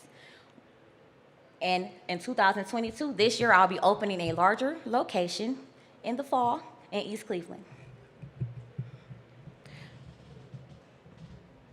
Now, here's a representation of my growth. As we know, COVID sucked the life out of the world in 2020. I was shut down for about 2.5 months with no notice, and it was one of the busiest times of year for me. But even though that was the busiest time of year for me that was shut down, everybody started to take self-care and learn that it was valuing your self-care. I was still able to make money, even though that was one of the worst years of everyone's life. In 2021, restrictions were lifted, things opened up slowly, and again, boom, self-care became very important to everybody. I increased my rates, and I introduced new services. And all the brides who weren't able to come from 2020, they were able to come in 2021, and they came really hard. I did 25 bridal services in 2021, tripling my bridal services from 2020. Despite an economic downturn, I'm still seeing growth, and I'm opening a new and larger location in East Cleveland, Ohio this fall. I'll be bringing in a new esthetician on commission and a booth renter. And I'll be increasing my skincare sales through marketing. In 2023 will be my full year in my new space. I'll be hiring a receptionist to handle the admin duties of my business, and I'll be increasing my bridal services due to marketing with today's bride. I'll be teaching quarterly skincare and makeup classes as well because I love to educate. Now, the operating expenses are so high this year because I actually start paying myself after several years of just funding the business. And I'm also going to be hiring an admin. 2024, I'll be hiring another esthetician and manicurist, hopefully someone who's dual licensed so they can take some of the burden off of me. And I'll have 3 employees as well as a booth renter, and I'm projecting to reach the industry standard of 20% skincare sales. Now, at the beginning of this program, we received $1,000. I used $340 of that to increase my marketing efforts with today's bride. I spent $570. I purchased skincare retail with GlyMed Plus, and I purchased a new professional steamer because coincidentally, at the same time they gave me the $1,000, my steamer decided it wanted to die. So the total return on the investment is $2,300 and counting, as these are continued marketing and sales efforts. Now, I'm asking for $10,000 because I need to hire staff. I have never been an employee, y'all. An employer. So I need to, and I've never had an employee. I need to hire and properly train staff and make sure while I'm doing that, I can properly and effectively still run my business. And I'm also asking for the money so I can get new spa equipment for new advanced spa treatments that will help me to generate up to an additional $25,000 a year. Now, our impact is socioeconomic. My job is not only to address the visible concerns of my clients, but also to take into account that the whole well-being of the client, such as diet, exercise, stress, all of these factors that can affect the health and wellness and help us determine what services to recommend. And let's be honest, when you feel good, you look good, and when you look good, you feel good. Now, we're also hiring 3 staff members in the next 18 months.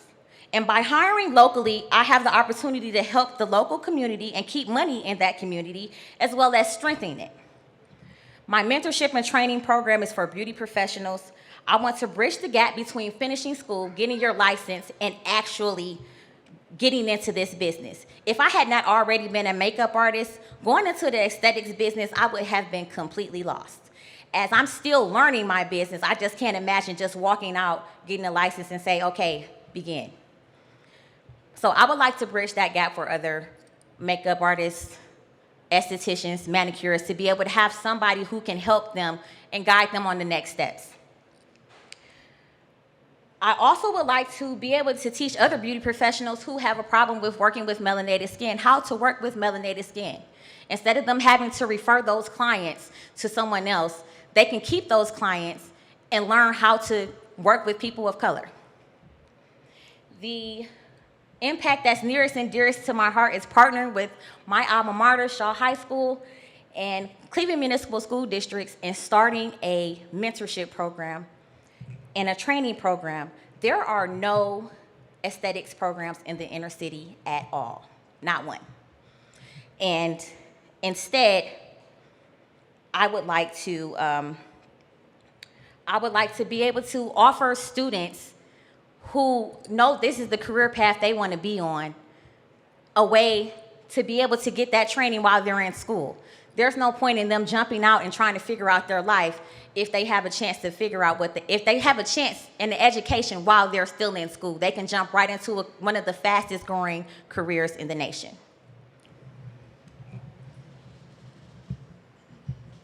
I want to say thank you to Jumpstart for this opportunity. Thank you to my advisors for pushing me to get out of my own way.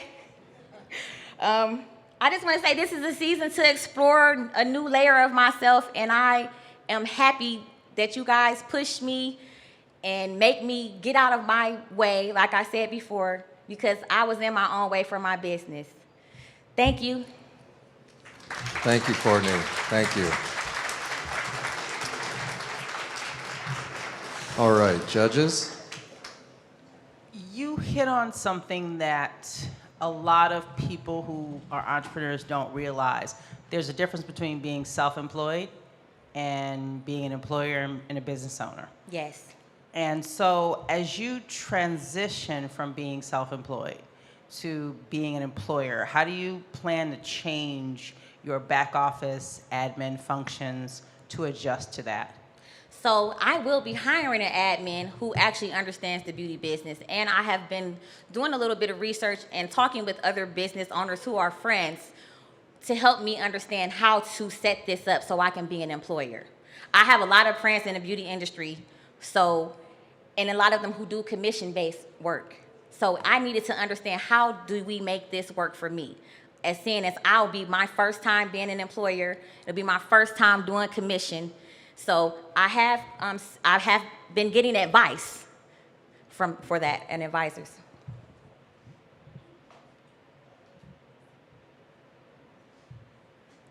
How do you set your pricing, and how do you know if it's too high or too low? So a lot of people set their pricing based off of everyone else in the market. Instead, I do it based off my time. I try to make sure my services are at least $100 per hour. How did you come up with that number? I have years of experience, the amount I have to spend on each product, and the amount of time I have to spend on each service. In one of your slides you showed, I believe it was a national number of the opportunity. It was some 1 billion something or whatever it was. What's your opportunity in your current market, and how do you plan on taking advantage of those national numbers? So in Ohio, there are 839 licensed spas. In Cuyahoga County, there are 89. Of those 89, maybe 30 do the same thing I do. And most of them are not in the inner city.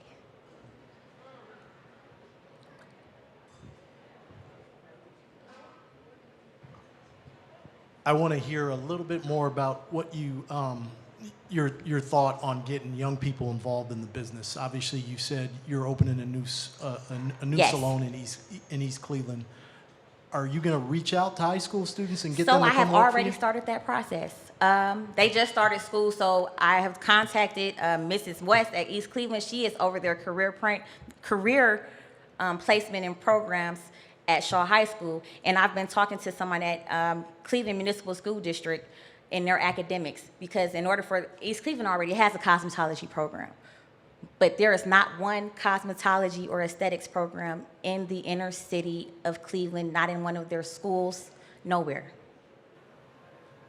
Everything is in the suburbs, and a lot of times that's a hurdle for people who live in the inner city. They don't have the transportation, or they don't feel supported in their own community. So I would like for them to feel supported in their own communities and come right down the street and come and get your training.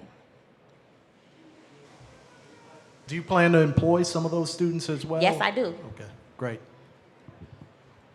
We have time for one more question.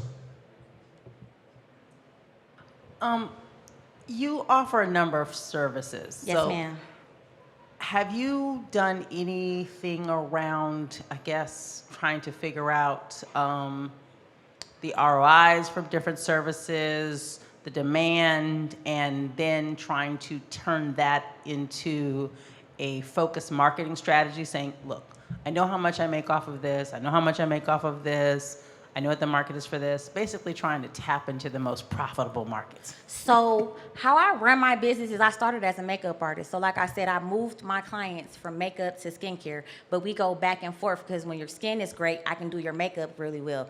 And the client that's coming to get their makeup done, they need to get waxed as well. So or that person, they like to have all of their services be very seamless. They don't have to go to several different places to go get the things they need for one job. In one place, we do everything, I do everything. So my job is to try to duplicate myself so that people can come and I don't have to just do all the work myself anymore. Thank you, Courtney. All right, round of applause. Well done. All right, cool.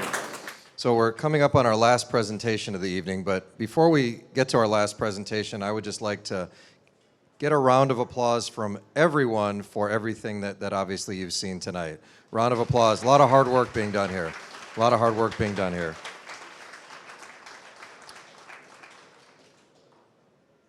So what you're seeing here is that we teach our businesses to do a lot of appendix slides that I'm scrolling through now, Courtney. There we go.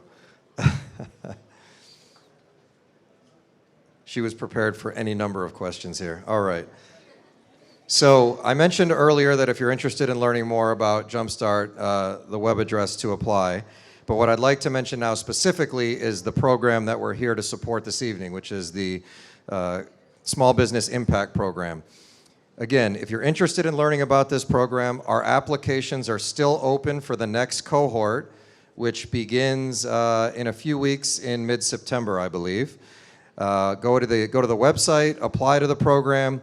One thing that hasn't been mentioned tonight is that although what you're seeing here tonight is the culmination of their work, as well as a competition that yields prizes this evening, most of Jumpstart's small business capital efforts are allocated to the graduates of the Impact Program. So in addition to the 12-week intensive business assistance process and curriculum that we go through with these businesses, following tonight's event, all of the graduates this evening will now be eligible for our Impact Loan Fund, which is, again, impact-specific capital for the Impact grads, as well as our Visible Voice Grant Fund, again, for the Impact grads. So graduating this program does not just yield the benefits of the 12 weeks, it yields benefits after the program as we continue to work with these businesses. Now, Chanel, well, you ready? All right, she's ready. You didn't have any Bose headphones on, did you? No, okay. But unique, I think what we're about to hear is how you're unique, and I heard that when you did your 5-minute pitch. So I'm excited. Again, as an entrepreneur, you must be unique, and you must be able to communicate why you are unique, right? Got to have to captivate the audience. So Chanel, come on up, and it's your time to shine.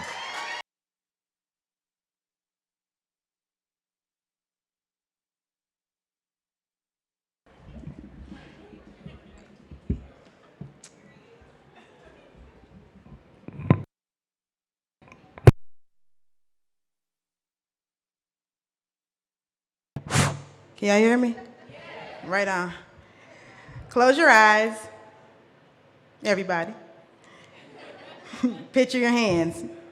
Are they shaped and filed evenly, or a hodgepodge of who cares? Are they moisturized and relaxed, or dry and stiff? Do you have color? Now open your eyes and look at your hands. Is what you pictured and what's there, do they match? No, it's not. Are you looking for a cure? Follow me on this nail artistry journey and for a remedy. Literally, I did every nail you'll see in this pitch. Good evening, everyone. My name is Chanel Boyd, owner and founder of Cure Nail Gallery, mother and wife in the Boyd Party of 5, nail nerd enthusiast, and your final pitch. Growing up,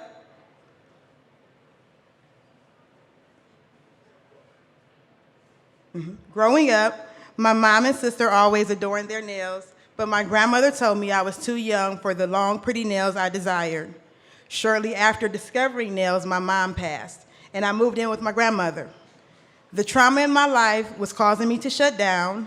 A new home, a new school, and new church was a lot for young me. My grandmother and I both knew I needed a cure. There was a time in my life when Lee press-on nails were everything to me. Long, perfectly shaped nails, cute designs, easy application, I was literally obsessed. At age 12, my nails may have been fake, but they were always fire.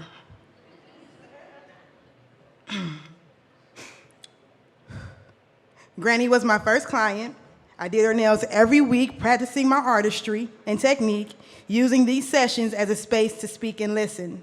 We found that a gel-cured nail could help cure our hearts, and when the nails were complete, we could not only look good, but feel good. I continued my practices throughout high school and into college.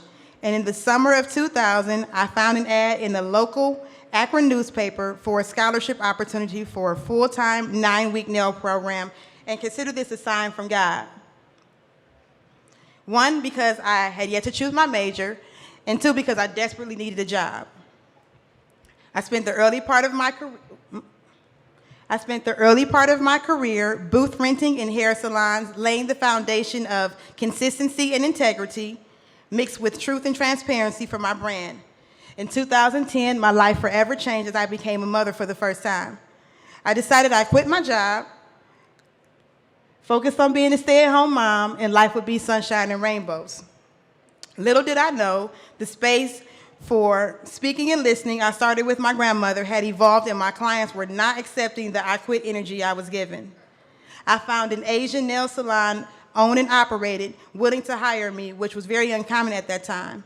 But it exposed me to the nails-only environment that I so longed for.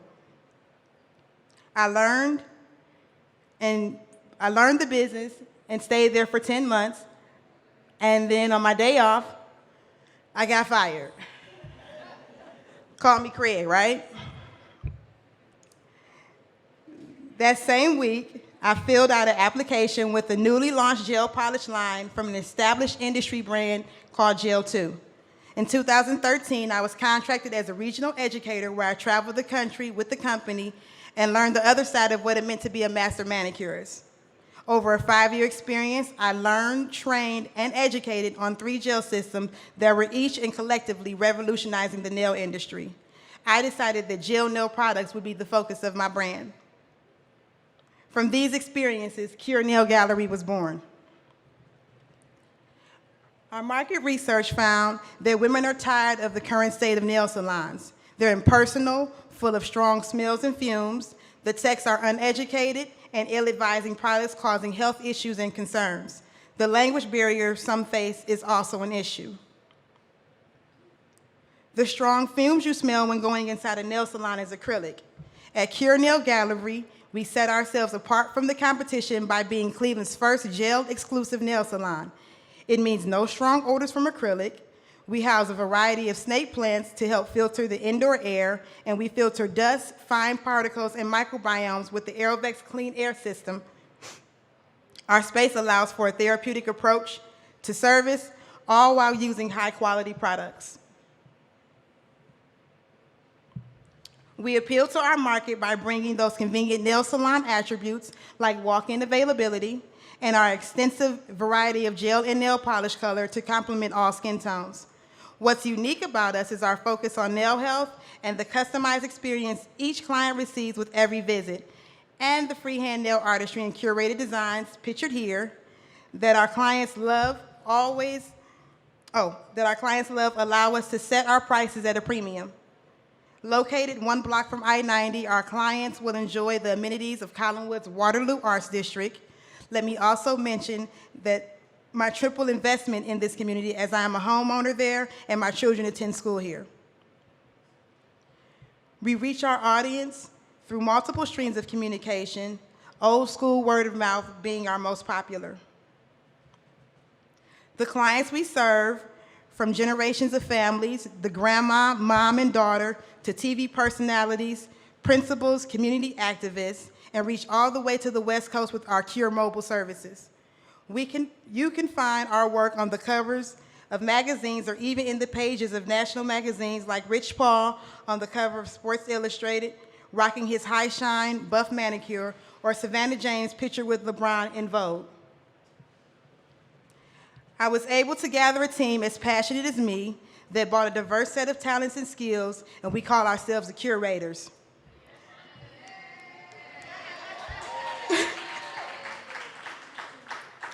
We mixed our talent with hands-on training and have tripled our clientele, or as we say, nail relationships, in less than a year's time. We have reached capacity in our current space.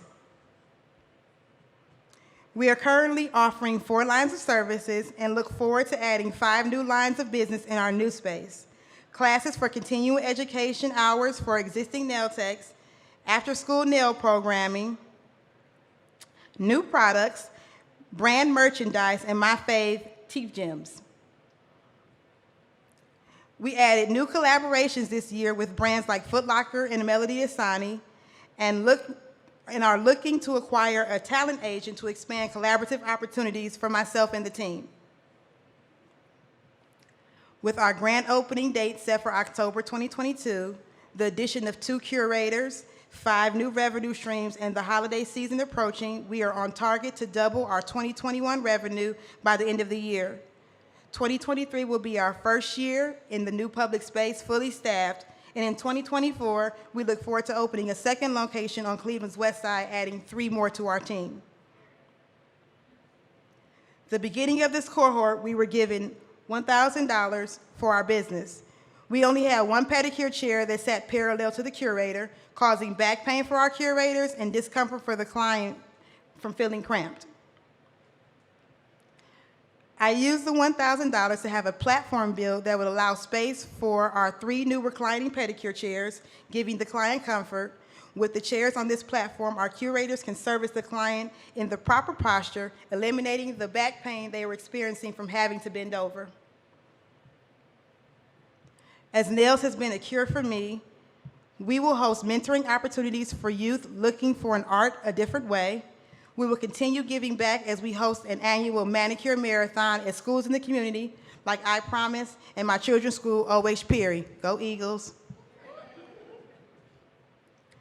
My idea is to create a business where my employees are just as excited to come to work as I am, and enduring business through an employee retention program for continuing education, training, and bonuses.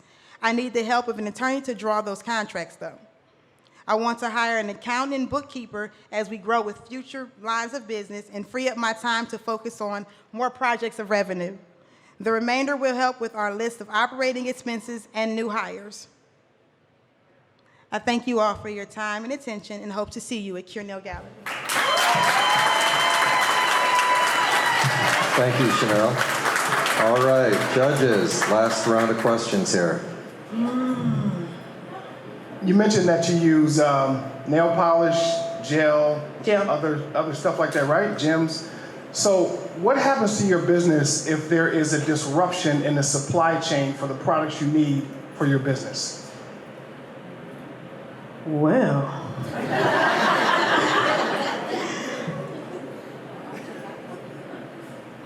I really had never considered that. But if it were to happen, which I don't think it will, we will just focus on the self-care part of being collective and connecting in our space. We have lots of really good, intense conversation. My clients feel a sense of relief and an outlet to their professional spaces. So we'll just continue with that until things get back on board, like we had to do during COVID.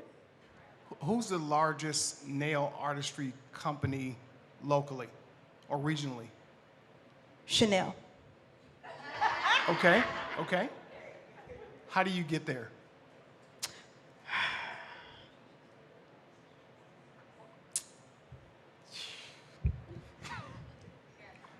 Take your time. A lot of hard work, a lot of training, a lot of reflection, self-reflection, a lot of passion about the industry, a lot of research, a lot of doing my own nails to see if that product really works, a lot of patience for my family. That's how I got here. Thank you. I did not want to cry.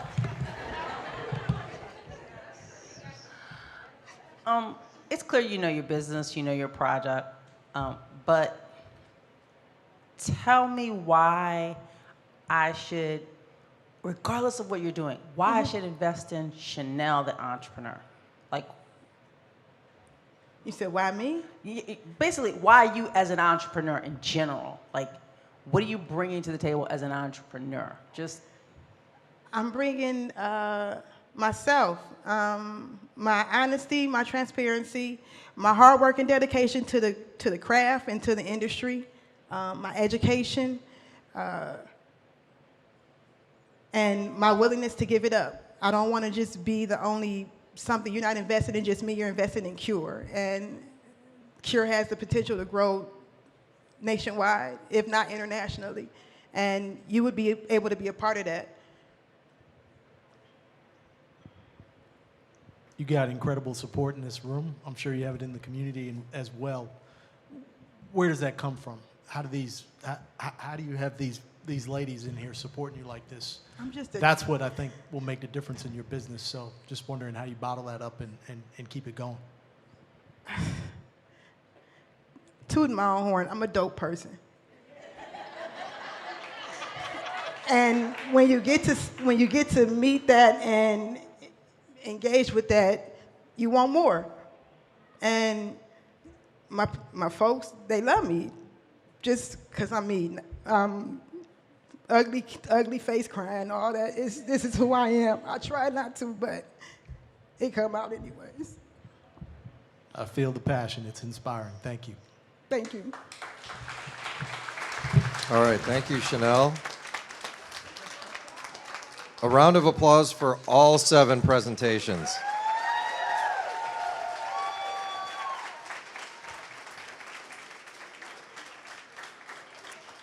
I think you saw a lot of hard work that went into this. And again, public speaking is not easy, right? This is our first cohort since, like I said, December 19, that's in public. So, doing this on a computer versus doing this in person, very different. So I just want to commend all of you for getting up here in a big space too, big space. So now, unfortunately, the judges are going to have to deliberate and not take all day either, because we don't want to lose our audience. But I'm going to join the judges in deliberation, and we're going to try to make it back here in about 15 minutes and award the $10,000 to one of the graduates. I'd like to invite my colleague, Lauren Smith-Petta, up here, who is our principal of educational services and who also has a birthday today and is here with us tonight. So come on up. Lauren's going to share some announcements with you, and I'll take the judges off to the side here and have a conversation. Thanks, Lauren. Hello, everyone. Awesome. Awesome to see some familiar faces, amazing presentations from everybody. And as you can imagine, you know these people over here. They've been a pleasure for all of the advisors to work with throughout the summertime. So really all I'm doing up here is relieving Lauren of his responsibilities for a few minutes and reiterating some of his previous announcements about other Jumpstart programming. So he already mentioned one-on-one business advising sessions. Everyone needs a little bit of support every now and then, as some of you know, especially if you're entrepreneurs yourselves. So we offer business advising that can be emotionally and intellectually beneficial to all of our clients. And it may say on here, yes, it is totally free assistance. So I encourage you to go to jumpstartinc.org/smallbiz/apply and work with some of our advisors who can help you with your business and help you through all of the barriers that you're going to face as you go through that process. As Lauren pointed out, if you were sitting here in the audience tonight thinking that you'd really like to get in on some of this action, the applications for the next round of the Impact Cohort are open through the rest of the week. So you have a small window, but you have a window of opportunity so that next time, in several months, you can be up on this stage competing for $10,000 and benefiting from the advisors in the program, the education in the program, the collaboration in the program, and your classmates in the program, which become a huge part of these entrepreneurs' journey and their network. And as you know, networks can be very, very important. So I strongly encourage any entrepreneurs in the room, and I know a few of you, would probably qualify. I would love to see you apply to this competition and see you in a few months up on this stage. The last thing I want to talk about is another one of our exciting collaborations with the Browns, which is a week from Wednesday, and it is our small business training camp. So just like you all were welcome to come to this tonight, you are all welcome to come to this event. It is digital marketing focused, but as you know, digital marketing can benefit entrepreneurs of any stage of business and any industry of business. It is worthwhile know-how. And we have former Impact graduates talking about tips and tricks and lessons learned on digital marketing. We have an expert panel on digital marketing, and we have 4 interesting workshops on digital marketing, on setting smart goals, on finding your customer persona, and all that fun stuff. So come and eat and drink and network and learn about digital marketing at our Browns training camp right here from 2 to 7:30 next Wednesday, the 7th of September. Come for some of it, come for all of it, come enjoy. All right. So I would like to acknowledge the difficulty with which the judges deliberated. It was an obviously spirited discussion, a great discussion, but only one business can walk away with the $10,000 graduation prize this evening. But before, again, we acknowledge who receives the $10,000, a round of applause once again, please.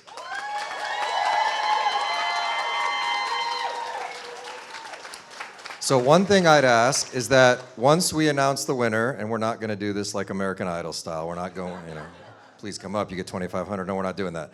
We did used to do that online, but Chanel and I had like traumatic experiences with that. But once we announce who the winner is, I would like to ask all 7 of you to come up here and take pictures with the judges. The judges put forth a lot of effort tonight, and we'd like to get a picture of the entire cohort together, okay? And with that, I'd like to invite one of our judges, Tessa, to come up here and announce the recipient of the $10,000 this evening. Before I do that, I just want to say that all of you guys were amazing. You were passionate. We were all inspired by your stories and about your journey to being business owners. Unfortunately, we can only pick one business, and that business is, ready? Drum roll. The Marshmallow of the Month Club. Come on, come on.